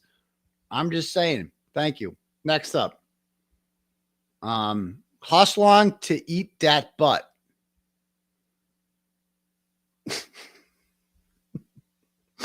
Hoslong to eat that butt sends $10 and says, show us your dick, Jesus. No, I'm not showing you. I don't want to get kicked off of YouTube too. Jeez Louise. Thank you. All right. Just Google it. I'm sure it's out there somewhere. It's enough of that. All right. Next up. Tristan sends $100. Nice. And goes, Tristan Morris. Wow. For the Legal Defense Fund. Muzzling a journalist covering a matter of public importance used to get you tarred and feathered in this country. Massachusetts is cucked. I know. Well, thank you very much. It's not like the old days. We can't just tar and feather tyrants anymore. Again, that'll get you a witness intimidation charge. Picture like Sam Adams would have had so many witness intimidation charges against him. Like he would have been like the bad guy, like me. Maybe I'll have my own beer company in 200 years and history will look back kindly on Turtle Boy. All right. Kira B sends $25 and goes, do you think the defense will use the 911 call from John's voicemail? Seems like some important points. He got out of her car. One of my favorite parts about your show is how you will say the quiet part out loud. Sorry, that's being threatened. I know. I do. They didn't play it. Jen would have been the perfect person to ask about that point where she says that, holy shit, who is messaging me? Okay, I got to log off. It's loud. So, I was going to say, it would have been the perfect time to bring up when she whispers into the 911 call and says like, no one's coming out of the house. That would have been perfect. She would deny that she was talking to Nicole, but who would believe her? Just bring it up, introduce it, get them thinking. Catherine sends $10, goes, love you, kid. 507 to Coco. What is your theory? Oh, we're going to get to that when we do our second day shortly. So stay tuned. I don't want to spoiler alert. Thank you. Bev Beverage sends $100. Woo, thanks, Bev. And says Michael Morrissey is a fat bastard. Ooh, that he is. Thank you. Danielle sends $25. Goes, here's a little something for your son's first Holy Communion. God bless you. Yes, God bless you too, Danielle. I appreciate that. Kate sends $10. Goes, people will always see you as a good person. People will see Jen as someone who writes on public restroom walls with her own feces. I didn't know she did that, but I believe it. Thank you. Snaggletooth did it. Sends $5. Says, did you notice that Jen sort of fixed her snaggletooth? Is she a broke bitch? Like, get a cap. I think I showed this the other night. She definitely like partially fixed it. Like that snaggletooth was like 25% left. It's not fully fixed. It's like 75% filled now. I don't know what she did with it, but it's an improvement. Karma's Dharma sends $5. Goes, do you think Matt McCabe knows about pleas? Do you think he speaks to lawyers? No, I don't. Steve sends $10. Goes, I'm with you. Where do I park when I go to the court? You could park in the Registry of Deeds parking lot or any street parking that you could find wherever you want. Thank you. Courtney sends $50. Goes, we love you. And we all know Jesus is a turtle rider. That's a fact. Jesus told me that. Not revenge Jesus, but just compassionate Jesus is a turtle rider. So thank you. Thank you, Courtney. $5 to Karen, who says, do not back down. Do not stop being you. We are all counting on you to keep fighting. So is Karen. Where she would have been without your investigation and your rabble rousing. Free Karen Reed from Saratoga Springs, New York. I'm going to continue to do that. I just have to tone it down a bit, I guess, and play their stupid game and just wait. Old Turtle Boy will be back. They can't censor me forever. These charges are going to go away sometime.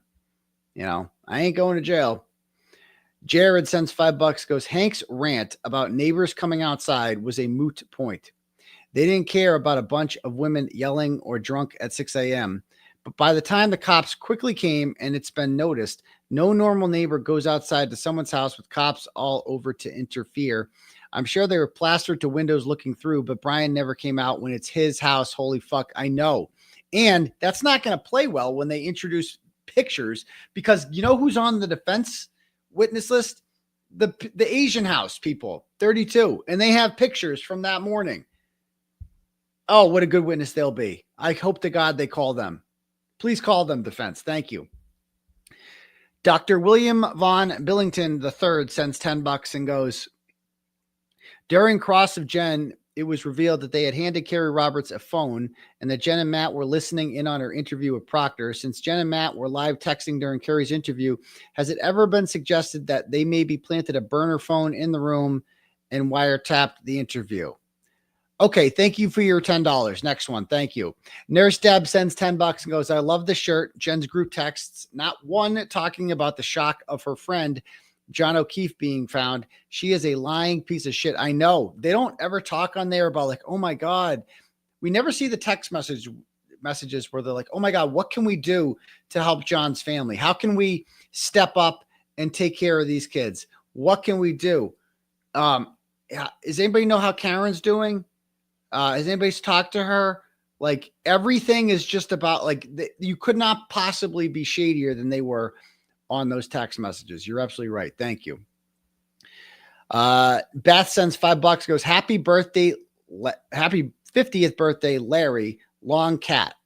Free Karen Reed, free Dr. Turtleboy. Happy birthday, Larry. Thank you.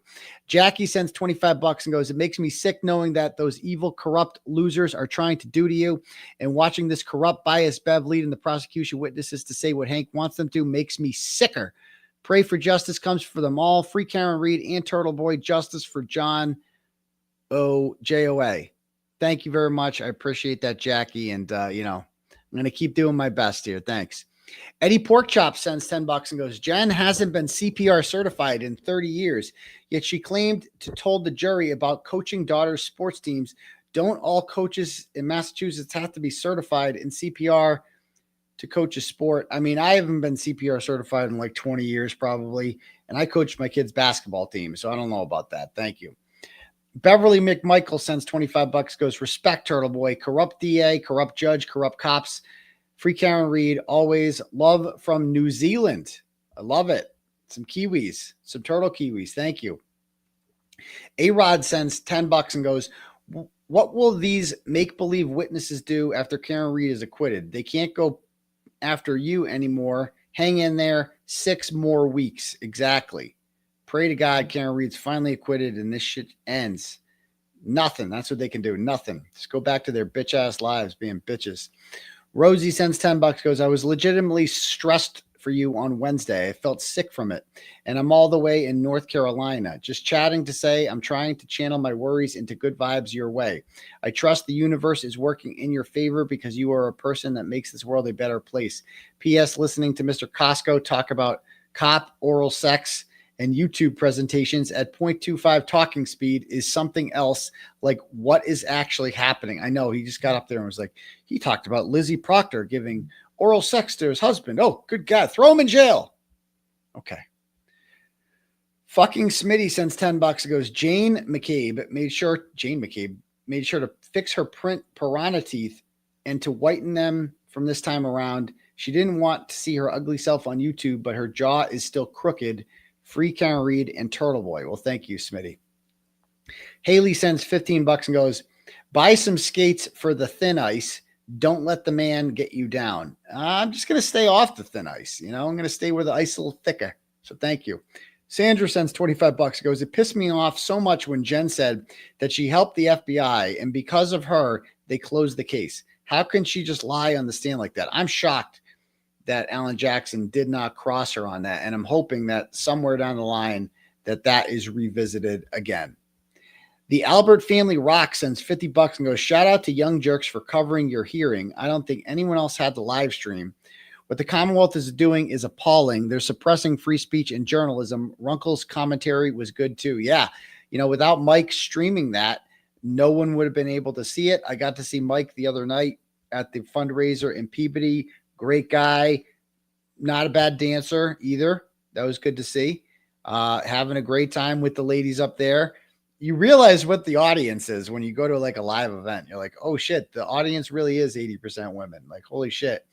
but it's flattering every time, not going to lie. So I don't know why it's women are so drawn to this case more than men. I mean, there's many men involved in this movement as well, but it's interesting how it's always like women, it's very, I don't know why, but Will streamed it too. Yeah. Will had it too. Yeah. I don't want to shout out to Will. Will definitely had it. So I didn't mean to step on any toes there. So I appreciate that. Yeah, the more the merrier. And honestly, they just got the actual pool camera up on it. Let me see if I have that. Like if you go on my channel,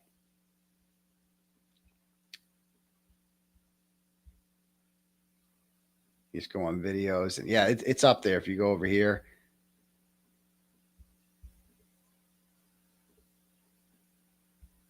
and yeah, there it is. And pretend.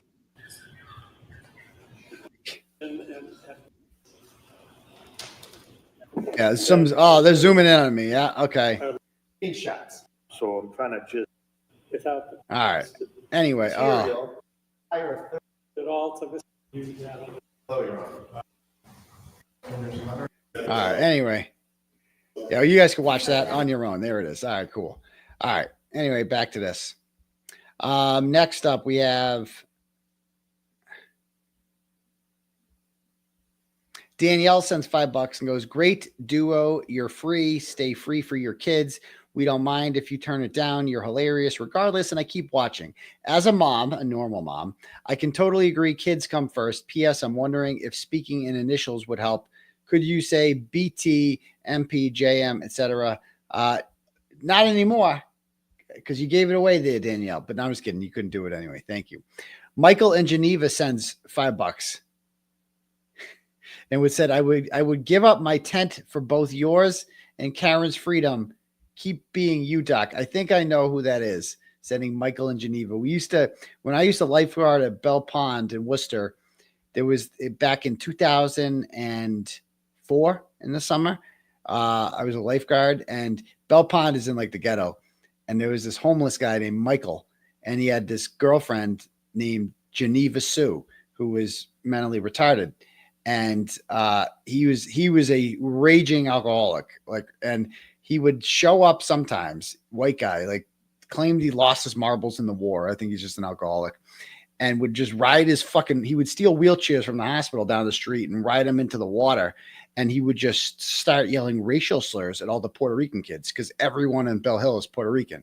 And so we had to be like, "Oh, Michael's drunk again. We got to get him out of here." And he had a tent in the woods that he lived in. He's like, "Fuck Geneva in the fucking tent." And I fucking fucked her good. Okay, easy, Michael. Easy. We call him Cowboy. Easy Cowboy. I'm sure he's dead by now, but yeah. So I think I know that must be one of my fellow lifeguards there. So thank you, Michael in Geneva. Buzz sends $25 and goes, "I love the fire tonight. The Canton is on the ropes. Stop infighting and lock in everyone." Thank you, Buzz. Mary sends $10, goes, "I have faith that you are kind and smart enough to find a way to safely be who you are." Well, thank you, Mary. I do too. Thank you. Ryan sends $10, goes, "The Notre Dame grotto prayer for you, your son, your mom, and your family. Keep going, Turtle." Well, thank you. I appreciate a good grotto prayer like Rudy down there. I love the grotto. So thank you very much. And we made sure to see the grotto when we went to South Bend in September. So thank you very much for that one. Ryan Phelpsy Big Mad sends $20 and goes, "Why didn't AJ play the audio of Jen saying no one's coming in the house when she called her sister at 6:07? Did I not just say that? Great minds think alike, my dude. Great minds. And I know you sent that turtle chat in before I said that. So thank you, Phelpsy Big Mad. Amber sends $100. Woo, thanks. And goes, "I'm trying real hard to make a trip happen from Utah. Wants Turtle Boy and Karen Reed free." Yeah, I mean, feel free to. Again, that's why I'd love to have more people down there, because people will come. And the base needs to be there. And we need to set up right on that fucking sidewalk. Let's do it. Cindy sends, "No more going to the ghetto. Fuck the ghetto." Cindy sends $25, goes, "Do you know the times of John's health data saying he went up and down stairs?" Yes, 1222 to 1224. I'm thinking up the porch, down to the basement, and up the bulkhead. Okay. Thank you, Cindy. I appreciate that. Gina sends $10, goes, "Glad you were there for your son's first communion and will be there for your daughter's birthday." Me too. Oh, Me too, more than anyone. But I also feel like almost, it's a weird, I'll talk to my therapist about this on Monday, but it's like, I also feel like this weird sense of like, I can't even enjoy it because it's like, how many times I've had 3 bail revocations where they haven't revoked my bail. How am I lucky? When's my luck going to run out? I can't go back. I can't. I would just be fucked. Like, no, I can't. It would be worse than the first time because I'm like, the fuck did I told myself I'd never be back, and I'm back. And I almost feel like I'm just like on borrowed time right now. You know what I mean? It's a weird feeling that like I could be in fucking jail right now. And like, what the fuck, you know? It's fucked up. Thank you. Carrie Cherry sends $25. I don't know if this is Carrie from Twitter, but she says, I have a journalism degree, and I have to say you are doing what we all dreamed of when we decided to go into the biz, exposing government corruption and cops. Proud of you. Well, thank you. And that is, you know, what journalists used to do. So thank you, Carrie. Mandy sends $10, goes, look up the Waukesha parade victims. Even though the motion was forward, it would still give us an idea of injuries. The speeds that they're claiming in the case aren't that far from each other. They're saying Darrell Brooks went 25 miles an hour.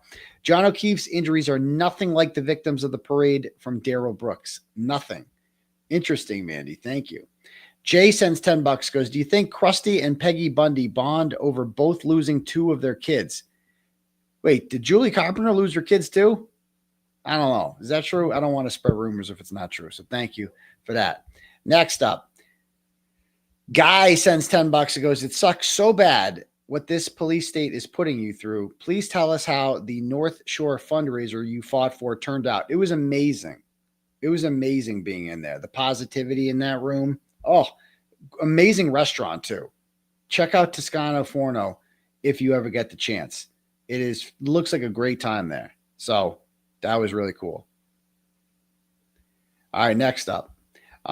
Tracy sends $10 and says, all it takes is one juror that knew before the trial about the feds investigating to clarify with the others during deliberation who the agents mentioned were. Peace and love from Oregon, Free Count Read. All it takes is one juror that knew before the trial about the feds to clarify with the others. That's true. All it takes is one. All it takes is one. It's a good point. Kimberly sends $10 and goes, Free Count Read, Free Turtle Boy on Friday afternoon. Do you have any thoughts on why Peggy and Paul O'Keefe left? Is it possible they didn't like what they were hearing from Spray Tan? No, you can forget about that. Like they will die for Jennifer McCabe. There's nothing they can do. I am really hoping the FBI is paying attention to her lying to the FBI. It was so perfect. I do too. I hope this reinvigorates some FBI shit when she's like gets up there and she's like, it's closed because of me. Oof, because they know. They know. Oh God, that'd be dope. Kimberly sends $10, goes, Free Karen Read, Free Turtle Boy on no, I already read that one. Susan sends $25, goes, in England, we are going through the same issue that you are living with. Journalism is not a crime. Tommy Robinson is currently in solitary confinement, and we don't know what to do with it other than being very proud of you both. Is he still in jail? That's too bad. Free Tommy Robinson. Thank you.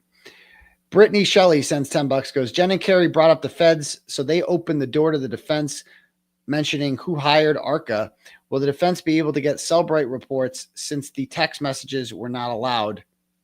Also, I don't know. When is the judge supposed to decide on your revocation? I'm pretty sure he has. I don't want to knock on wood, but like, I've never heard of revoking someone's bail a few days later. So that's weird.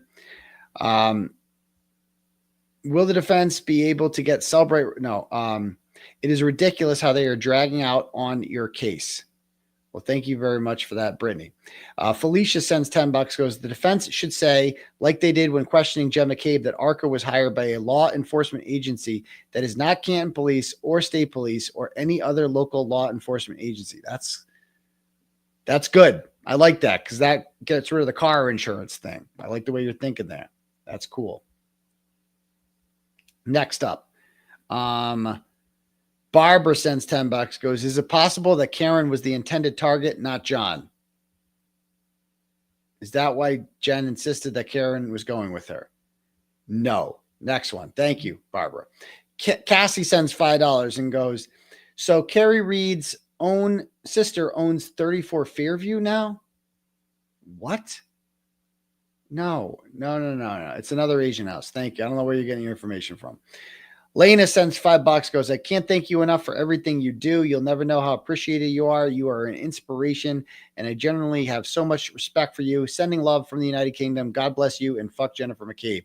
Thank you, Lena. Alina sends $10, goes, please tell us Liza Little to brush her hair or learn how to put it up so she looks like the professional she is and not like she's doing the sorority girl walk of shame when she walks in a court. Jesus, that's cunty. Well, fuck you, Alina. Jesus Christ. Thanks for the $10.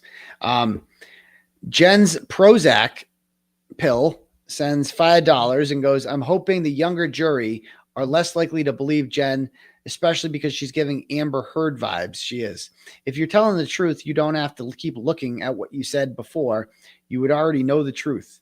You're not fooling us. Free Karen Reed. Well, thank you. Llewellyn sends $20 and goes, it's no coincidence your bail revocation hearing was at the same time as Jen was changing her timeline testimony about seeing Karen's car out front. If he's not in jail, I won't testify the way you want me to. It's true. It's so ironic that we were just talking about that. Jay from New Hampshire sends $10, goes, keep up the great reporting. Shout out to my wife, Marie, a newer Turtle Rider and Free Karen Reed supporter, free Dr. Turtle Boy. Thank you very much. And Kiki sends $25, says, congratulations on your son's first communion. Thanks for all you do. My pleasure. Thank you. Jen Forgot Again sends $10, goes, has anyone reported on the jury's reactions to Jen's testimony? Were they making faces or taking notes? The only person I've seen report who has any credibility whatsoever is Sue O'Connell. Because you can't trust a word Baghdad Bob says. That Baghdad Bob is John DePetro. John just makes shit up. I've talked to John before. He admits it. He's just lying and making shit up. So, anyway, there's that. But yeah, Sue said that, I don't know, I can't find the tweet now, but she definitely said something about the jury not seeming to buy it, making reactions. Okay, next up. Krista sends $5 and goes, please say happy birthday to my mom, Alice, on May 4th. It is almost May 4th. Happy birthday, Mom Alice. We love you. Peggy's First Muff Queef sends $10, goes, I've been following since the Emma Bradley blog. I don't even remember who that is. And just read the comments again the other day. If you need a good laugh, I recommend reading that article. Peggy is still a cunt. Thank you. I'll have to look that up. I don't even remember who Emma Bradley is, but I probably wrote about her. Megan sends $10, goes, I think what made it seem like the FBI was when AJ said you understood it was a crime to lie to them. I think people automatically think FBI when you hear it's a crime to lie. I love you. Well, thank you. That's a good point. Again, maybe I was off with my ice shit. Most people seem to disagree with that assessment. Whatever. But, 63% of you in my poll of over 5,500 people say that the jurors believe Jen McCabe was visited by the FBI. So good. Well, I hope so. That'd be great. Jen Forgot Again sends $10, goes, has anyone reported? No, I already read that one. Okay. All right. Let me read a couple some cash apps, then we'll get back to the second day of testimony, shall we? Holy shit, this is going late. We'll get as much as we can in. How about that? Tomorrow, I'm teaching my kid to ride a bike too. He can't ride a two-wheeler yet, and we need to do that. And so we're going to Elm Park in Worcester. We're going to go do that. Amanda sends $10 on Cash App and says, thank you. I forgot to send a note with my last one, but thank you. I appreciate that. Haley sends $5, goes, Liza Little is a baddie and her hair is hot. Yes, it is. Thank you, Haley. Lisa Marie sends $5 and goes, love you, Aidan. Praying for you. Blessed Mom from Texas. Well, thank you, Blessed Mom from Texas. I appreciate that. Jane sends $5, goes, terrible to wake up on the wrong side of the First Amendment. That is a Tim Bradle quote from court that I loved. You know, what's it like every day to wake up on the wrong side of the First Amendment? It's perfectly said. Jill sends $5 and goes, has anyone mentioned no frostbite on John's toes? I think it's been mentioned before, but also no hypothermia is going to, like, that's a fucking bombshell that's coming out in this. Like, there's going to be no doubt. They're going to acquit this woman.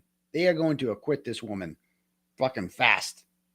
Pay no attention to the Baghdad Bobs of the world. They are going to acquit this woman in a split second. Kimmy sends $5, goes, please shout out to my amazing husband, Ben Mayo. Happy birthday. Or whatever, Ben Mayo. You're fucking awesome. Thank you. Charles sends $10 and goes, would you suckle Bev's teat if it meant Cameron Reed went free? Yeah, I'd lick her nipples if it could just get this over with. First of all, I'd give up McDonough. That would be the first thing I would do. If we could just give up McDonough, that would be option A to ending this whole thing. If the second option is, would you lick Auntie Bev's teat to end this? Yeah, fuck it. I'll do it. I'll take one for the team. I'll allow it. Yeah, there you go. I'll allow it. Yeah, I'll lick her tits. If that, I mean, wouldn't you? You guys would all lick her tits. If it could end the charade once and for all, I'll lick her titties. Fuck it. Why not? Okay. Next up. This is from, let's see. Oh, the Nuggets one too. Interesting. Cool. Paul sends $10 and says, justice for John O'Keefe. Happy 50th. Michelle, love you. All right. Great. Pierpont sends $22.70 and goes, Jen, your eyes betray you. Ooh, shots fired. Michelle sends $10 and goes, those butt hang-ups before voicemails, no. And she says, same meds equals Jen. Those are serious. I need some. All right. Thank you. Haley sends $5, goes, as a Fed, it's more clear now it's FBI or Homeland Security.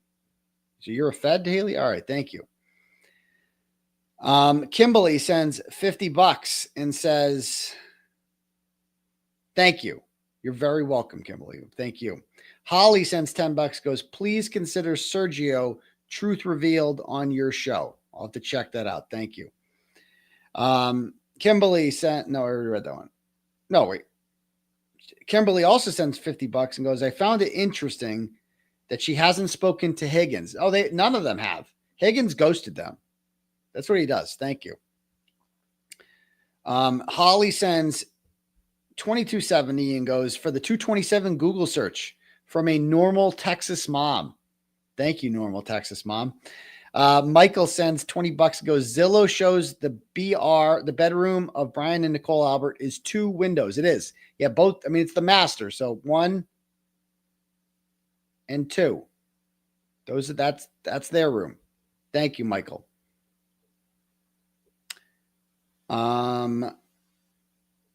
Okay, next up. Do we have any more here that I need to read? Jenna sends $10 and goes, I ordered the new Jen McCabe shirt from your store today. Nice. Sweet. And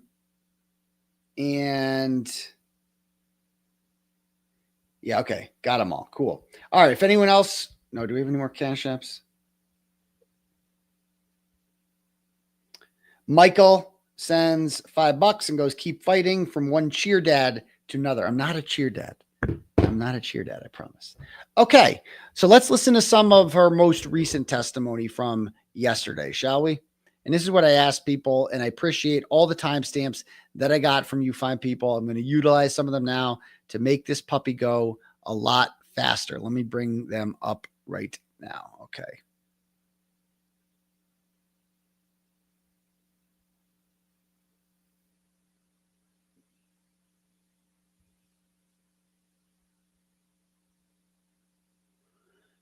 All right.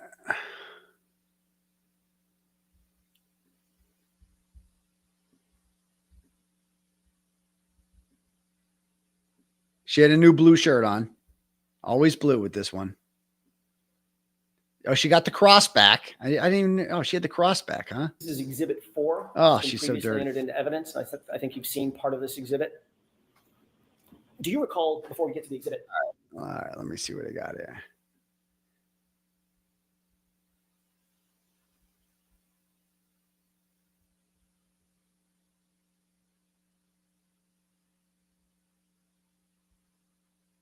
All right, first one, 3720. That's the first one I got. See what this one is. So I'm answering. I didn't ask you what your exact words were. I'm asking you about your memory. You're testifying based on your memory, Ms. McCabe, are you not? Okay. Go ahead and answer that question. Are you answering these questions based on your memory, Ms. McCabe? So I'm answering questions based on my memory of what happened on the 28th and the 29th. I've testified multiple times. I've been interviewed by multiple police officers. So to pinpoint one conversation is a bit of a challenge for me. But what I can tell you is what I remember from that day, which was, I'm sure, very similar to however I answered, because it's the same. Yeah. Refresh your recollection. Look at the Want us to transcript. run and repeat that? Sure. 188, 189, I think. Thank you. I didn't get an answer to that question, Ms. McCabe. Refresh. I just have to do this for the record. Refresh your recollection. Actually, I want to see this one. Yes, correct. But you did make another phone call that morning. Here we You left out go. of both Here those we go. things, didn't you? This is the one I'm getting I'm now. not sure. This is a bombshell. 7 a.m. You called over to 34 Fairview, didn't you? This is big. If it's in my phone record, then I must have. It's in your phone records that you're aware of. Well, let me ask it a different way. You're aware that your phone records actually show that at 5:07 you called to 34 Fairview Nicole Albert's phone, correct? Correct. It shows also that that call lasted 38 seconds, correct? I'm not sure what it shows. You actually spoke to your sister, Nicole, that morning? I did not speak to my sister, no. So that 38-second call went to voicemail? I'm not sure. All I can tell you is I never spoke to my sister, Nicole, that morning prior to waking her.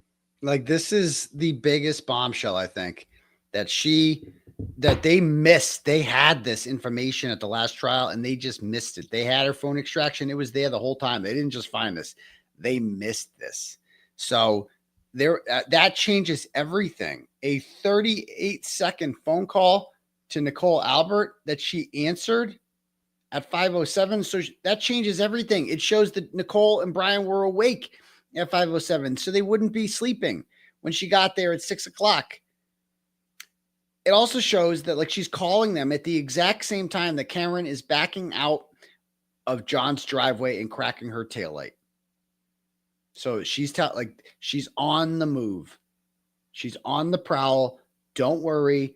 I got her coming over here. I'm going to delay. What she also might possibly have said was, get the body out there. Is he out there? It's showtime. Shit's about to get real. Okay? We can only hold her off for so long. She's going to want to go back to the scene. She's going to figure shit out. We have to. Okay?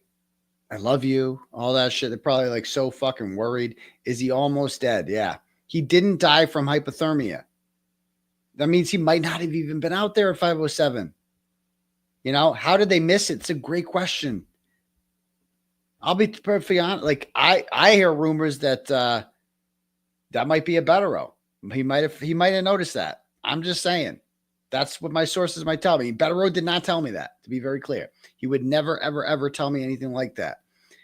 But I've heard from other sources that they brought Bettero. They got, like, when he was on the team briefly, like he thought he was going to be on the team. There's a reason they want him on the team, because the guy's fucking brilliant, you know? But anyway, this is just wild. But you do acknowledge that you made a phone call at 5:07 to Julie Albert.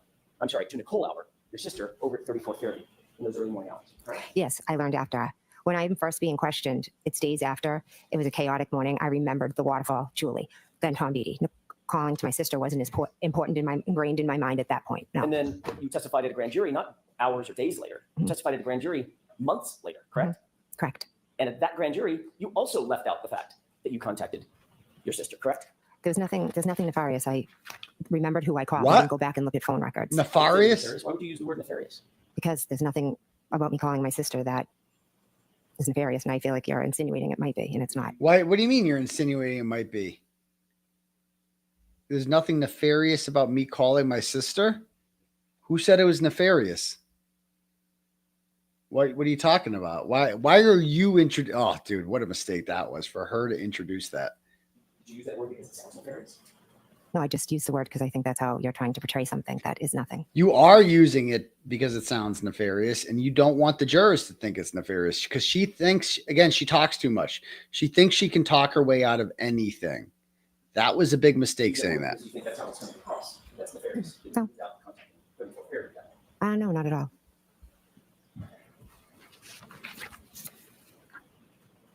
Later that morning of January 29th. By the way, you do acknowledge that your phone records show that you called at 5:07 a.m. to your sister's cell phone, correct? I don't have them in front of me, but I believe that is correct. Yeah. Were you calling your sister's phone to alert her of something? Is that why you called? No. Now she says no, but these questions are important because it gets it in the juror's head. Oh, like now they're thinking like, and then it's up to the jurors if they believe her. She's not. January 29th. She's got no credibility. Initial phone calls, and after the scene had been cleared, about 11:30 in the morning, you did have a formal interview with Massachusetts State Trooper Michael Proctor. Did you not? I did, yes. All right. Or so, maybe even a little later, 5:35. Report. It's obviously incorrect. Gotcha. Sustained. All right, hold on. Picked you up, correct?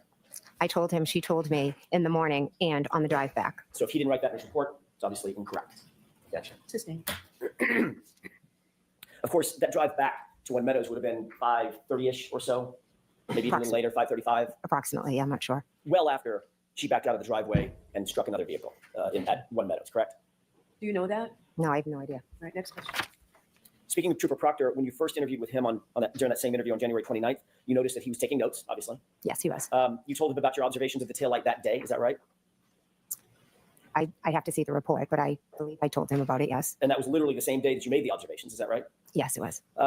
He asked you to describe specifically what the taillight looked like, and you did so, correct? And what'd she say?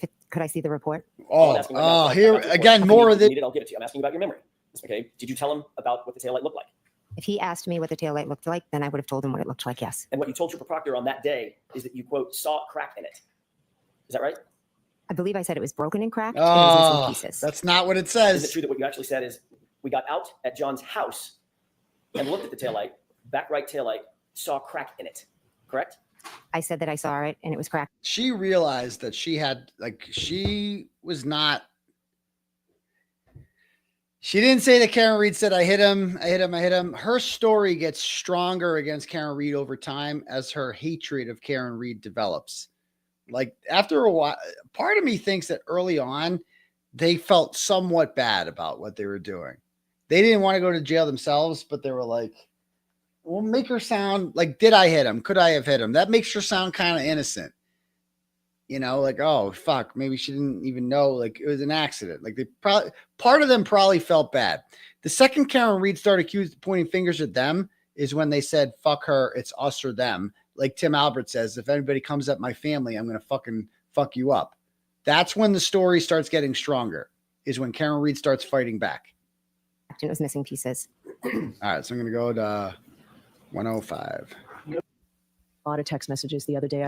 So here's the text messages. Before you consider any electronic communications in your deliberations, you must first find that it is more likely true than not that the person who either authored or created or transmitted the was in fact the person alleged. So here we have communications between allegedly between Ms. McCabe and her sister. Before you can consider them, you must find that it's more likely than not that they were the people who sent and received those. If you do not find it's more likely true than not that the person alleged to have created or sent them, then you may not consider the electronic communication in deciding your case. Now, literally no one is thinking that in their head. They're like, wait, is this actually Jen? She's just giving her an out here. When you read or hear about these text messages, you may not consider the statements for their truth, but you may, that's what the witness might need that exhibit. Your Honor, may I approach just to retrieve any way to make that bigger? It will take one march for evidence. Yes, it does. Starting at that top text, which is the green bubble here. These are so shady. Can you see at the very top where it says from, there's a redaction? Yes. The last 4 digits of that phone number, do you recognize that? Yes. Is that your phone number? Yes. Do you see just beneath it says 2 and there's a line that says Coco?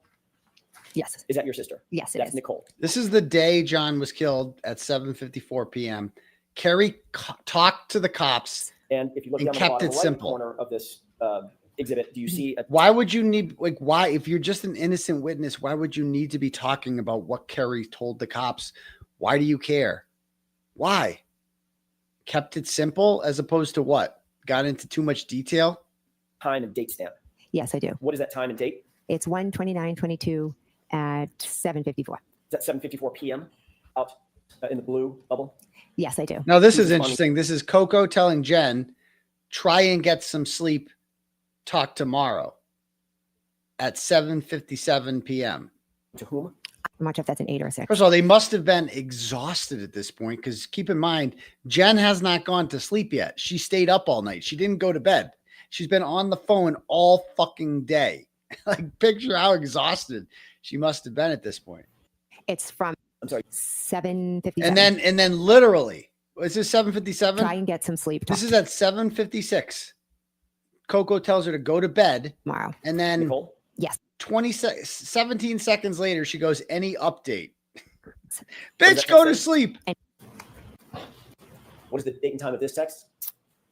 It is 1/29 and 2022 at 8:01 p.m. And this is in response to the text that you just read from you to your sister. And this is now a text from your sister back to you, correct? Correct. What does this text say? Okay, text me in. Okay. If you hear anything. 8 pages in total length. There's a base page on bottom 021. She looks through all these texts, blah, blah, blah. I get that 116. All right. Ms. Will, can you make that a little bigger? So now D&E is at the pizza place. Or the news channel 4 is at D&E. Both on the screen and in your hand? Yes. Does it appear to be the same thing? Yes. Okay. Taking a look at that first text, who is that from and who is it to? Okay. All right. It's from Brian Albert. So this is the day Karen Reed was arrested. She has not been arrested yet. She is arrested sometime in the late afternoon, which is why she has to sleep at the police station. Right. So Julie said that Channel 4 is in D&E Pizza.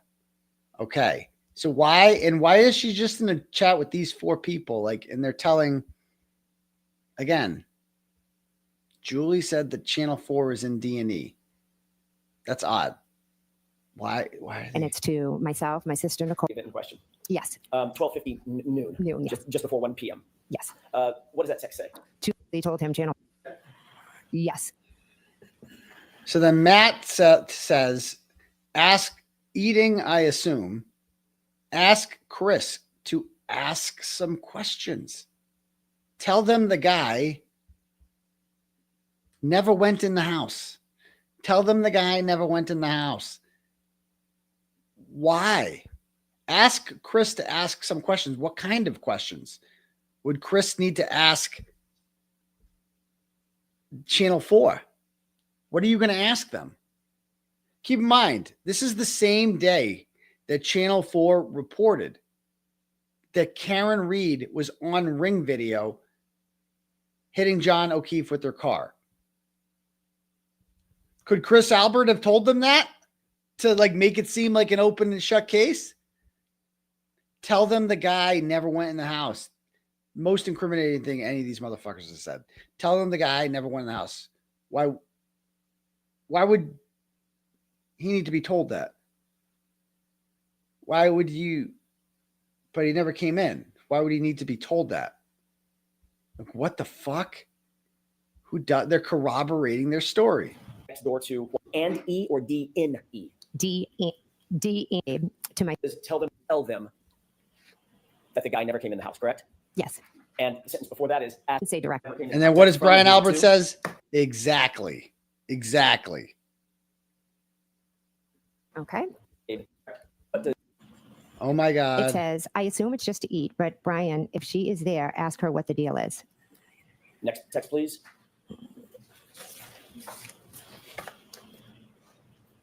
Before I ask you about this text, the last text, that was from whom? One more time. My sister. What Nicole. does this mean? It was from your sister Nicole. Yes. And yes. She mentions a she, a pronoun she. Yes. Is that referring to Julie Albert? To be honest, I don't know who she's referring to. To ask if we heard she's in the. What is she saying? Please. Ask. Wait, hold on. I assume it's just to eat, but Brian, if she is there, ask her what the deal is. Ask who? Julie Albert? She mentions a she, a pronoun. To ask if we heard if she is in a mental hospital. Isn't that Karen Reed? Who would be in a mental hospital? She. Yes. Is that referring to Julie Albert? To be honest, I don't know who she's referring to. Well, remember the first text started, or did the first text start with someone reporting that Julie said? I think she is Karen Reed too. Jennifer Yeah. was in D&E? Yes, it did. So would that prior text mean get Julie Albert to get some updates on what's going on? Let's go back to that last text one more time. Yeah, I. Or did it jump to? 2:55. Next. To Brian to Matt. What does it read? What does it read? She is telling him everything. No, that's the Carrie Roberts one. Point, correct? Carrie Yes, Roberts. She's telling him everything. 2:55. Who's the him that you're referring to in this text? I believe it was Michael Proctor. Next text, please. 55. Same minute that you sent the last text. What's the text from? This is from Matt to myself, Nicole, and Brian. And what's the timestamp on this? 4:35. What does this read? Yep. If she pleads out, it will end. Oh. If she fights it, it will be an episode. Oh, who's she? I'm assuming that would be Miss Reed. Next text, please. She hasn't been arrested yet. How did Matt McCabe know she was going to be arrested? If she pleads out, say that, dude, that is so fucked up. 35. What does this read? Yep. If she pleads out, it will end. If she fights it, it will be an episode. It will be, what the fuck is an episode? If she pleads out, it will be a fight, or it will end. If she doesn't, it will be an episode. They're already being like, she better fuck. Like, they're already talking about her taking a plea, because her taking a plea means that no issue for them. Well, no one will ever know what we fucking do. Hopefully this all goes away. God damn it, they were hoping for that. God damn it, they were hoping for that, but she didn't. And God bless her for that. Who's she? I'm assuming that would be Miss Reed. Next text, please. All right, my next one is at 138. Who's this from and who's it to? Dates when Carrie Roberts was done, correct? I don't know if it was in regard to updates when she was done or updates like, did they tell us anything? Is there anything new? We were still all trying to figure out what had happened. The four of you were discussing the facts surrounding this case, not only with each other, but discussing interviews, formal police interviews that you heard or overheard with another witness, weren't you? I told them some of the things that Carrie Roberts said, yes. And you were happy about what she said after you had created this timeline with her, correct? The timeline had nothing to do with it. But it was certainly chronologically. Her interview with the police was after this timeline had already been created between you and Carrie Roberts. Yes, we both put down what had happened so we would remember. And then once she was interviewed, you were responding to the rest of the group. She's telling everything, meaning everything we just crafted in this timeline, right? No, I meant she was telling them everything. She was telling her personal opinions about Miss Reed. What? Why are you even reporting on what Carrie's saying? If this is just some innocent, accidental hit and run, like, why are you guys so concerned about what Carrie Roberts is saying? It's just bizarre. There's no explanation for it. 2024, before your testimony last year, did you tell Lieutenant Tully we were actually there to pick up her daughter? That's why we went to Michael Lank's house. That's why you went to Michael Lank's house. I went to Michael Lank's to drop her daughter off. What did you tell Lieutenant Tully? That I went to drop her off. So you didn't say pick her up to him. Oh, this is when he said that. That would be another example of an incorrect report. Sustained. I love that. Another liar, another cop who got something wrong in their report. Again, bring him up there. They should stand these people side by side and be like, who's telling the truth? She's talking shit about you, Tully. It's not the direct comment. It's what she's saying. Cold out. Yes. The blizzard was still brewing, correct? I think it had stopped snowing by then. Still freezing cold. I believe so. And your testimony is that you sat outside in a car with Carrie Roberts and Michael Lank's wife for 45 minutes. Yes. You actually, and I'm assuming the car was running? Yes. He had to be on full blast? Yes. Oh, this is a good one. Here, yes. because it's freezing out, correct? Correct. You actually got out of the car and went into the house with the rest of them at one point. I have a faint memory. I think I did, yes. And the three of you didn't just decide, let's just go in the house? No, we didn't. Again, this is just another story about how they're outside Lank's house. None of this makes any sense. You just sat in the car for the whole time. You know, first you said that you were dropping the kid off, then you were picking the kid up, and now, you're sitting in the car for 45 minutes talking. Why didn't you guys just go inside to talk? You went inside to take a fucking shit, but you guys couldn't talk in there. That makes no fucking sense whatsoever. So again, all of this just collectively makes her look shady, a shady, shady person. You were asked about this very thing in a prior proceeding, correct? Correct. At that time, you denied altogether ever going by 34 Fairview, correct? No, I believe the paper says I never stopped by, but we drove by. And now you're saying that you did stop. Stopping by and driving by meant something different to me. Stopping by, I look at it as like, then you pop in the house. Driving by is you just drive by. So we just drove by slowly and kind of looked at the scene. And Ms. McCabe, I think you just said that you maybe even spoken with Nicole. I didn't speak with Nicole, no. We were in the car, Carrie and I, and Lexi. You were denying that you ever spoke with Nicole or any other. Okay. So I'm going to fast forward to this part here. We're banging through As this I sit here day. today, I'm telling you that. Correct? Correct. You called John O'Keefe's phone, and that was a missed call as well. Here we go. The John O'Keefe calls. Ms. McCabe, there's 7 calls 7 calls. that you indicate you made to John O'Keefe's phone and that were missed. Is that right? According to this record, yes. According to this record. Your memory, correct? You indicated that you called him multiple times that morning and there were missed calls, right? I called him, but I also think that some of the calls I might have done inadvertently. Well, we're going to get to that in a second. My question is, that comports with your memory that there were several calls, according to the records, there were several calls made to John O'Keefe's phone, including 2 calls that you say you spoke to him, 12:14 and 12:18. I spoke to him at 12:14 and 12:18, yes. But you indicate every single call after that was missed, and you deny making those calls. I'm not denying it, I just don't remember. You've previously given an explanation for what those calls were, these 7 calls that were missed between about 12:29 and about 12:50. That's 19 minutes. You'll agree, correct? Yes. If you divide 19 by 7, that's about every 2.5 minutes or 2.7 minutes, your phone is calling John O'Keefe's phone, correct? Correct. You previously explained what you attribute to those phone calls. Is that right? Butt dials. What's your explanation? I think I was going back and forth to the door. I was texting Look at him. I think Look at him looking at the I jury. put my phone in my pocket. I think I inadvertently maybe have called him. What did you call it at the last hearing? I believe I called it a butt dial.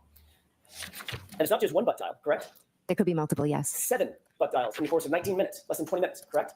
That evening, I wasn't paying attention to butt dials or calls. I was going back and forth, listening to music, being with Even the biggest McAlbert supporters, we've seen the leaked screenshots of text messages with Julie Ginto and them. They're struggling with this one about the 7 butt dials.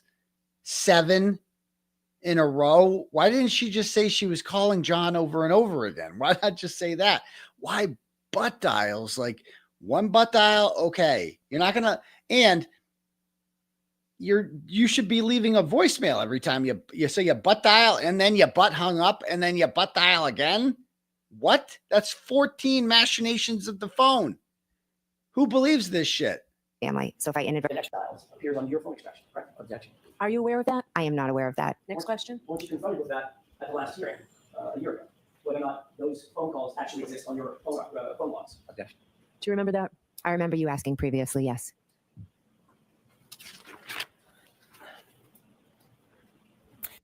Did the phone Call somebody from the texting app, right? Is that right? I'm not sure. I don't know what to tell you. Look at her. She's struggling.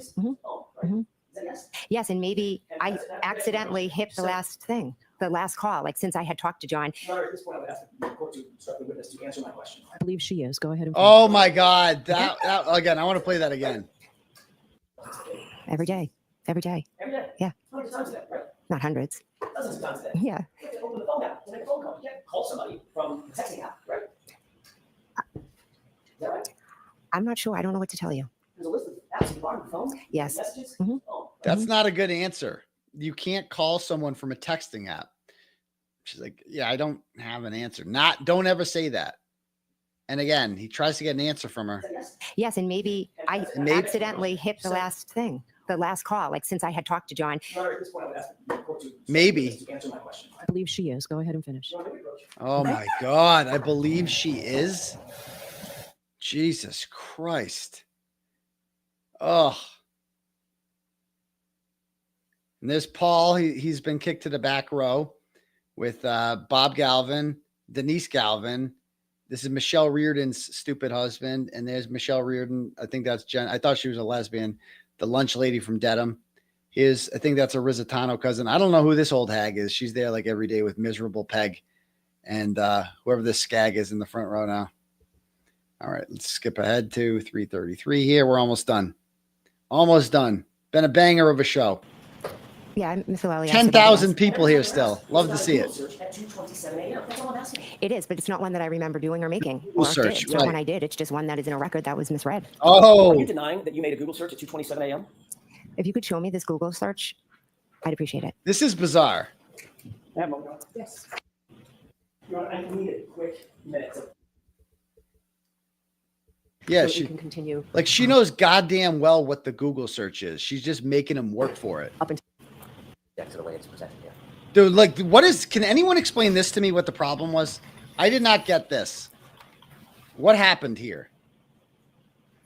Okay, so they show the Cellbrite report, and the jury, they showed this at the last trial, and it says this one is deleted for how long to die in cold at 2:27.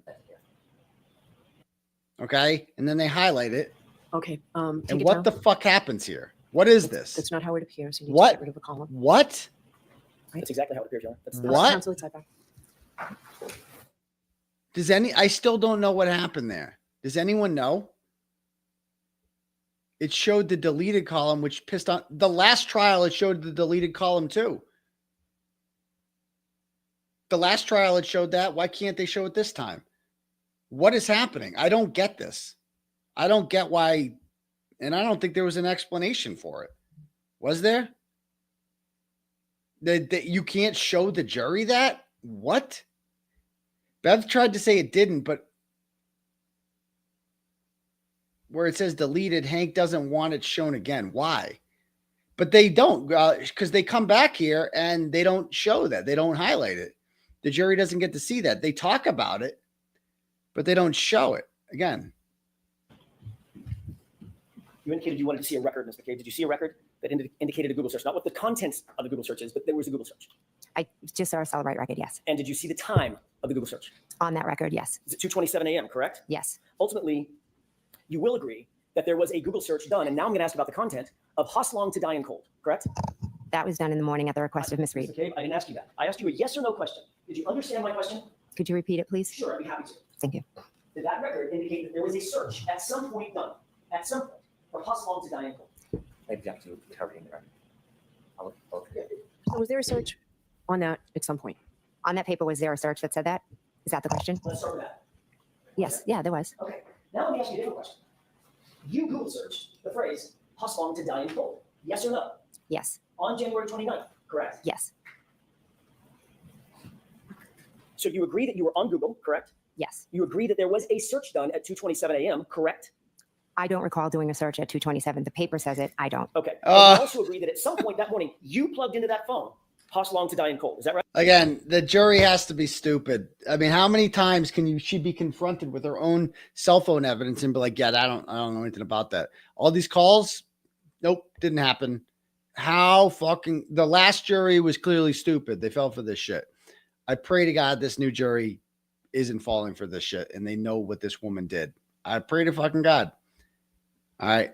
Almost done. Last thing here. Let me see turning the back on the stretcher. I just want to play that part. I love how they showed this part. I fucking love it. Yeah, just one more. On the gurney in a prior clip and moved past you, correct? Yes. Did you notice what your reaction was when that gurney passed you? I didn't know. Did you see you turned your back completely? Heartless. If that happened, it wasn't on purpose. Oh, okay. Ms. McCabe, when you got to the scene, you can take that down. When you got to the scene at 6:03 in the morning, you immediately recognized, did you not, that this was an emergency situation? I love the ending. I love the ending. This is great. I knew it was an emergency This is situation. great stuff The here. man's life was in grave danger. Yes, You it knew that. was. Yes, I did. And this is someone that was a friend of yours, I correct? love this He's a shit. dear friend. Not just a friend, but a police officer who's laying, as far as you knew, dying in the snow. Is that right? Yes. You knew that you needed to get immediate medical attention, emergency medical attention to him as quickly as you possibly could. Is that right? Yes. You knew that minutes counted, right? Yes. You knew that seconds counted, correct? Correct. This man was grasping, as far as you knew, grasping and clinging to life at that moment. Is that right?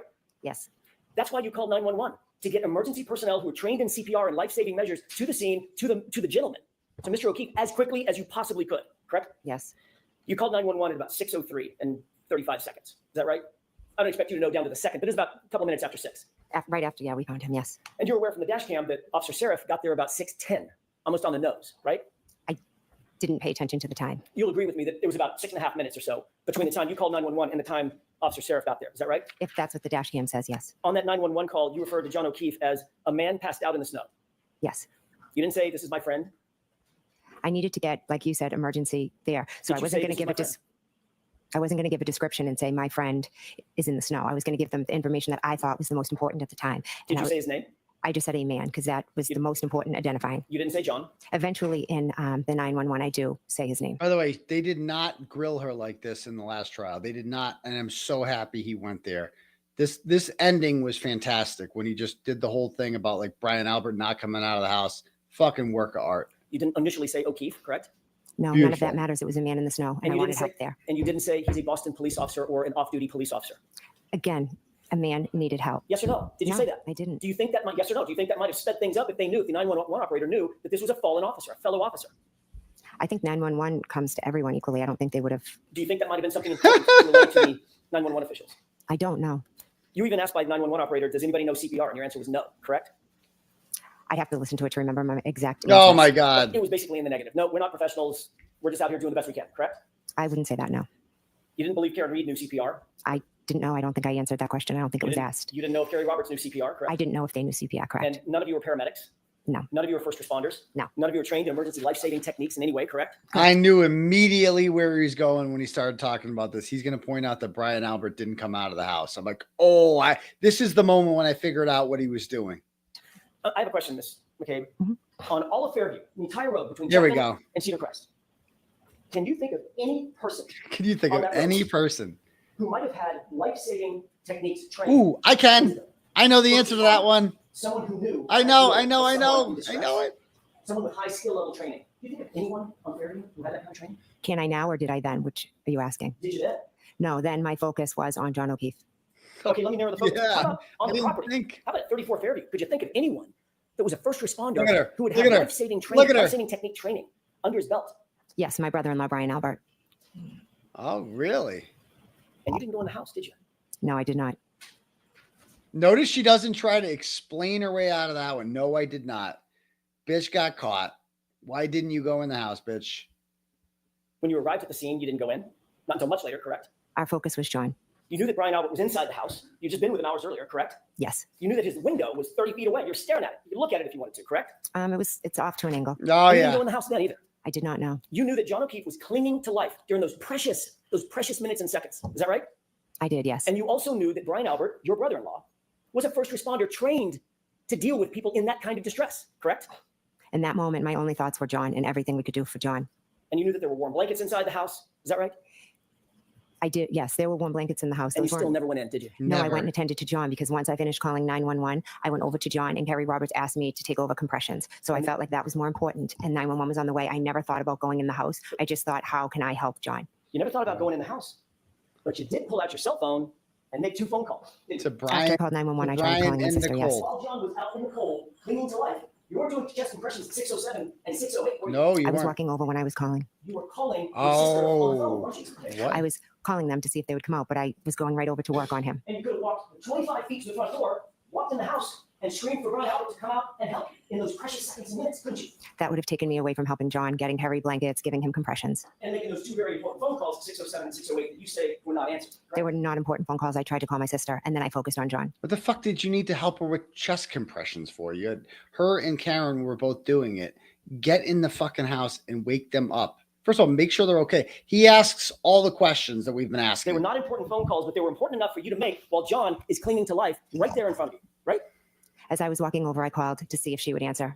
And she didn't answer. Let's talk about that. She didn't No. answer according to you. So if we're going to talk about it, we're beyond the luncheon break. Your Honor, I have 2 more questions. Okay. Here we And go. I'll wrap it. Okay. Let's talk about that real quick. Sure. She didn't answer the phone, did she? No, she didn't. So you have a situation where a man is laying dead or dying in the front yard of your sister's house.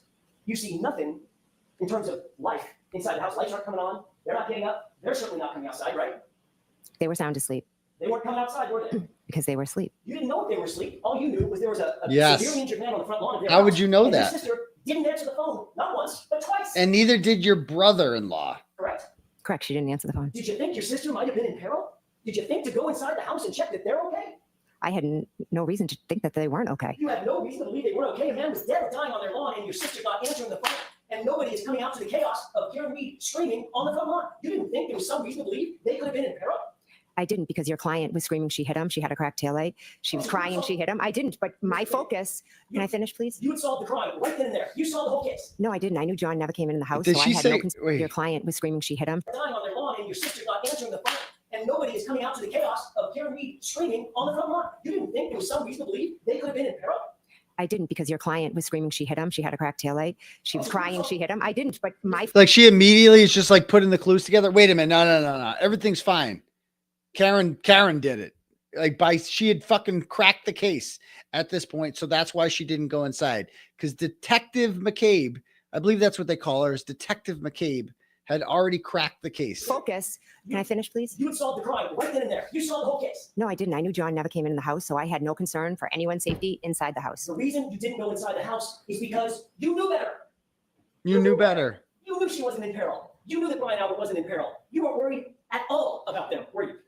I was not worried at all because something happened on the front lawn that had nothing to do with anything inside that house. You weren't worried about them at all. How the fuck would she know it didn't have something to do with inside the house if she left there at 1:45 and now it's 6 o'clock? How does she know something that didn't happen between then and then? What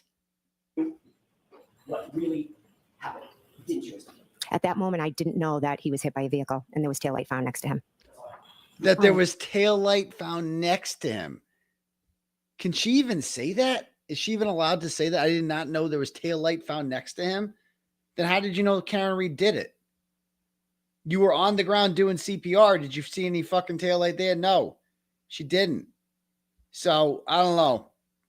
We'll see how that goes. It's amazing how you go online and you see like John DePetra like, oh, Karen Reed, Jen McCabe was masterful and just owned Alan Jackson. Like, we're living in completely different universes as these people. They're literally fucking retarded. So fuck Alex Berenson. All right, let me read some turtle chats and then we'll call it a night because goddamn it's late. Okay. Okie dokie. And we still got over 10,000 motherfuckers here right now. That's great to see. Smash that subscribe button and give us a thumbs up. How many likes we got on this video so far? We are up to 4,400 likes. I don't even know what's good for likes. I never really pay attention to likes, but give me a bunch of likes if you haven't done so already.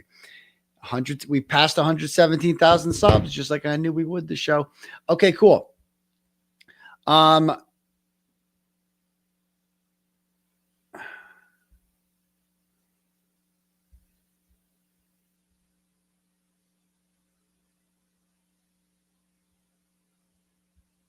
All right, JJ the Turtle Dove sends $5, goes, my German Shepherd barks incessantly when people in the neighborhood are out walking across the street, when UPS, FedEx, pickup trucks drive by. She smells and hears and senses everything. I hope there's dog owners like you on the jury, JJ. I appreciate that. LP sends $5, goes, can the defense play back the testimony from Jen McCabe and play it for Proctor so it's apparent to a jury? No, I'm pretty sure you're not allowed to do that, or they would have done that a bunch. Thank you. Annie O sends $10, goes, was Jen looking out of the storm door, a window, or a regular front door with glass when looking outside? I feel stupid not knowing this. I don't even know the answer to that question. I assume it was a storm door. I'm not entirely sure, but thank you, Annie O. And she says, thanks you for all that you've done and continue to do. My pleasure. Shirley sends $23, goes, hi, doctor. Do you think Caitlin may have taken Chloe with her that night so she wouldn't bark in the AM when the cops showed up? Love you from Oregon. Stay strong. I would bet money that is what happened. I think most people believe that Tristan took that dog home. Tristan was there to get the dog and Caitlin, William sends $50 and goes, big dog. After Karen Reed is free, you need to run for senator and take down Pocahontas. I don't think that's going to be happening anytime, my dude. She's got a lot more sway than I do in this state. Thank you. The nefarious ice cream truck sent $5 and goes, dear State Police Colonel Noble, Trooper Proctor mishandled the investigation to the fullest, but you have realized that the supervisor Tully signed off and interfered on this case to co-sign. Why is Tully still employed? Great fucking question. That's what I'm saying. I don't even want to go to Tully because I get in trouble when I talk about that motherfucker. But that's a great question.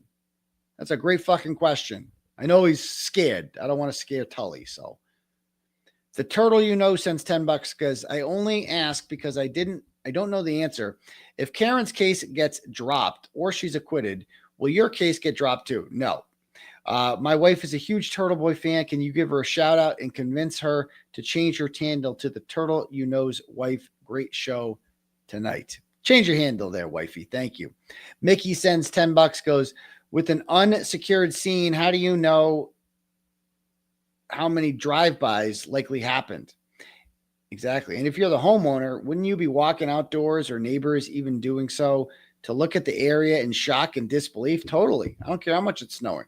And yet nobody called in to say they saw suspicious red pieces scattered everywhere, along with the shoe or a hat. Exactly. Emily sends $5 and goes, did you get your YouTube plaque yet? No, I haven't. Remind me. I got to apply for that. Thanks. She says, keep up the great work. Kelly sends $25, goes, missing from the chat. Just stop about the investigation. Our friend is dead. It's time to remember what a great person John was. Let the investigators investigate. We should support the kids, his family. Let's start getting photos together for the memorial. Did you go to sidebars on 4:30? If yes, can you spill the tea? A lot happened in that turtle chat. I don't know what you're talking about. Stop the investigation. Our friend is dead. I don't get it. And no, I didn't go to the sidebar. Thank you, Kelly. She also sends $25 and goes, just an extra 25 because the last message was longer than I expected it would be. It wasn't the length that was the issue. It was, I said, I don't understand it. So thank you. Nancy sends $25, goes, podcasters should do a Turtle Boy series since the beginning of your coverage is the case. This should go national. The nation needs to know what Massachusetts is doing to journalists and free speech. They will be when my doc comes out, and there will be a doc. Trust me. Lila sends $10, goes, Turtle Boy, I find you obnoxious, and I'd be terrified if I were one of your targets. However, you are fearless to your convictions of right and wrong, and you are walking the talk. You've had your freedom taken away for what you believe in. I admire you. We should all strive to be a little bit more like you in that way. I just wish you all the best. Well, thank you very much, Lilia. I appreciate that. Moralena sends $10, goes, hey, Unc, you know why 80% of your base on this case is women? Because every woman in your audience knows a bitch like Jen McCabe, the ultimate bully. Free Karen Reed and free Turtle Boy. I think you're right about that. And every woman has dealt with a pig like Michael Proctor. That's the thing. You're so right. It's just the dynamics of this just kind of cater to women. Women get it. Big ol' BA sends $10, goes, did Channel 4 get arrested for witness intimidation for going to D&E? Good question. Rosaline sends $25 and goes, Dr. Turtle Boy, I'm sorry you had to go through this again. Do what you have to do to keep yourself safe and free to be there for your kids. Turtle Boy isn't just satire with creative profanity. It is about standing up against social injustice, witch hunt, tyranny, and lies. It's caring about the truth. Turtle Boy has become a Spartacus moment. I am Turtle Boy. We are all Turtle Boy. No matter what you have to do to keep yourself free, we have your back. Stay strong. This will pass. Buffalo Chicken Dip has now appeared in a to-go container in my deli in LA. Never saw it there before.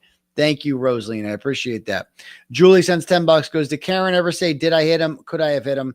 Or was that something Jen put in Karen's head at 5:30? I don't think she said anything of the sort, but that's just me. Again, Karen has done herself no favors by talking and kind of suggesting that she might have said that. There's just no reason to talk at all. Thank you.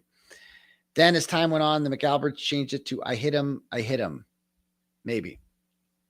The Signal app with Norfolk County sends $5 and says, the fact all Canton PD and state police have been covering Jen Nefarious, and she gives two fucks throwing them under the bus or wrong reporting and fucking with the credibility and career is nefarious.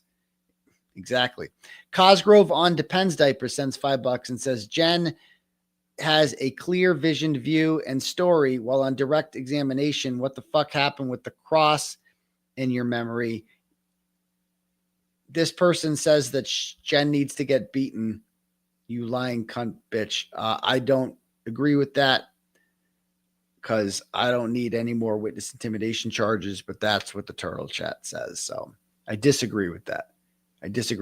She deserves to be arrested, charged with murder, and sentenced to jail for the rest of her life. That's what I think. Okay. Next up, almost done here. $10 for Lola the Good Dog. Says Dr. Turtleboy, all that work on the timeline so they could remember everything, yet she remembers nothing on the stand. Good point. Maybe the feds were undercover inside an ice cream truck. The judge allowed AJ to refer to the feds as a different law enforcement agency on cross. Wouldn't it make sense to use the wording to describe who hired Arca? Thanks. Yeah, they could. We'll see. We'll see. Katie sends $25 and goes, I love you, Dr. Daddy. If Nan ever retires, I will be your sugar mama. Well, thank you, Katie. I appreciate that. Andrea sends $10, goes, my sister's husband is a cop. I'd trip running to get him while friends worked on John. Also, their dogs would be howling. And if they've got John's face recognition at 12:32 or whatever, wasn't Karen already at his house at 12:36? Yes, she was. This is nuts. Maybe they'll walk free, but not at the expense of Karen. She will be free. Free Karen Reed and free the doc. Fair Trial Bev sends $5, goes, dear Jen Nefarious, although, again, I can't, you got to be careful how you send these to me because I can't have direct contact with Jen. So you force me to kind of like read. You can't send your own personal message to Jen and have me read it. I can't do that. It's a risk I'm not going to take. So this person doesn't like Jen. She's mad she didn't go inside the house. And there we go. So thank you. I can't, again, you cannot send a turtle chat to me and direct it at Jen. So that's just a general statement I'm making.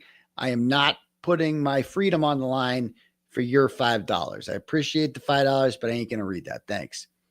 Next up, Jill sends $5 and goes, am I missing something? I thought Jen said Karen supposedly started saying, I hit him. Once police and paramedics had already arrived. Now she's saying the reason she didn't go into their sister's house to wake up Brian is because Karen was already saying she hit him. So she knew they were fine and sleeping inside. Yes. I guess that's a good point. That's actually a good point, right? She later says that she was only saying that after the paramedics got there. That's a good point. Thank you. Donna Howell Artington sends $10, goes, free Turtle Boy, free Karen Reed. Cheers from Ontario, Canada. The Suns are number 1. Okay. That Colombian chick, and I'm going to cut off turtle chats here because it's getting late. I hate to say no to money, but that Colombian chick sends $5, goes, hey, Auntie Bev, you said you want a fair trial with no nonsense. So why ain't you walking the talk and allowing the objections? Maybe it's time to leave the bench, but wait, you're part of Norfolk. Okay. Thank you. Kelly sends $5 and goes, missing $5 and says, missing from the group chat between all of the co-conspirators, McCabe and Alberts on the day of John O'Keefe's death. I don't know what that means. Thank you, Kelly. I appreciate that. Okay. Let me read any turtle chats here.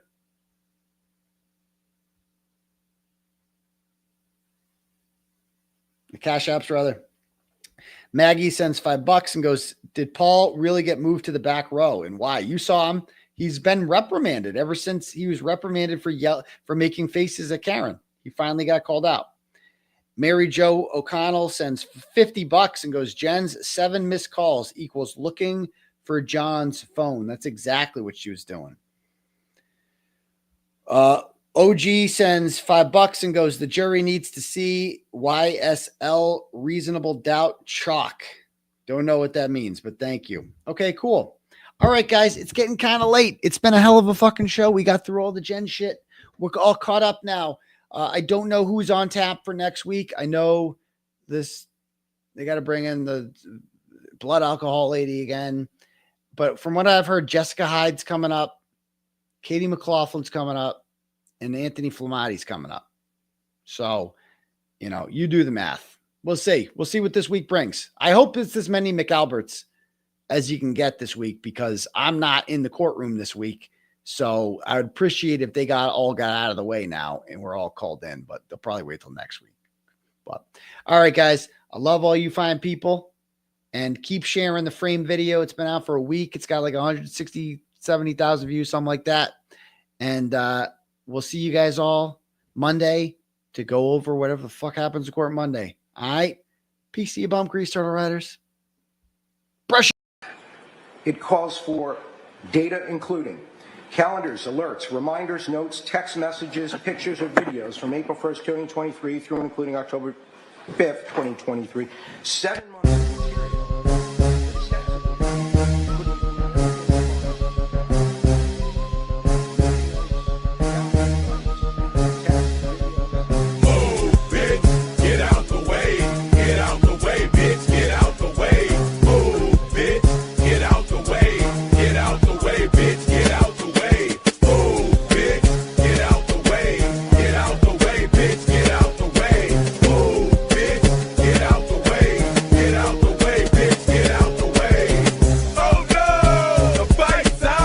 months of Punch yo!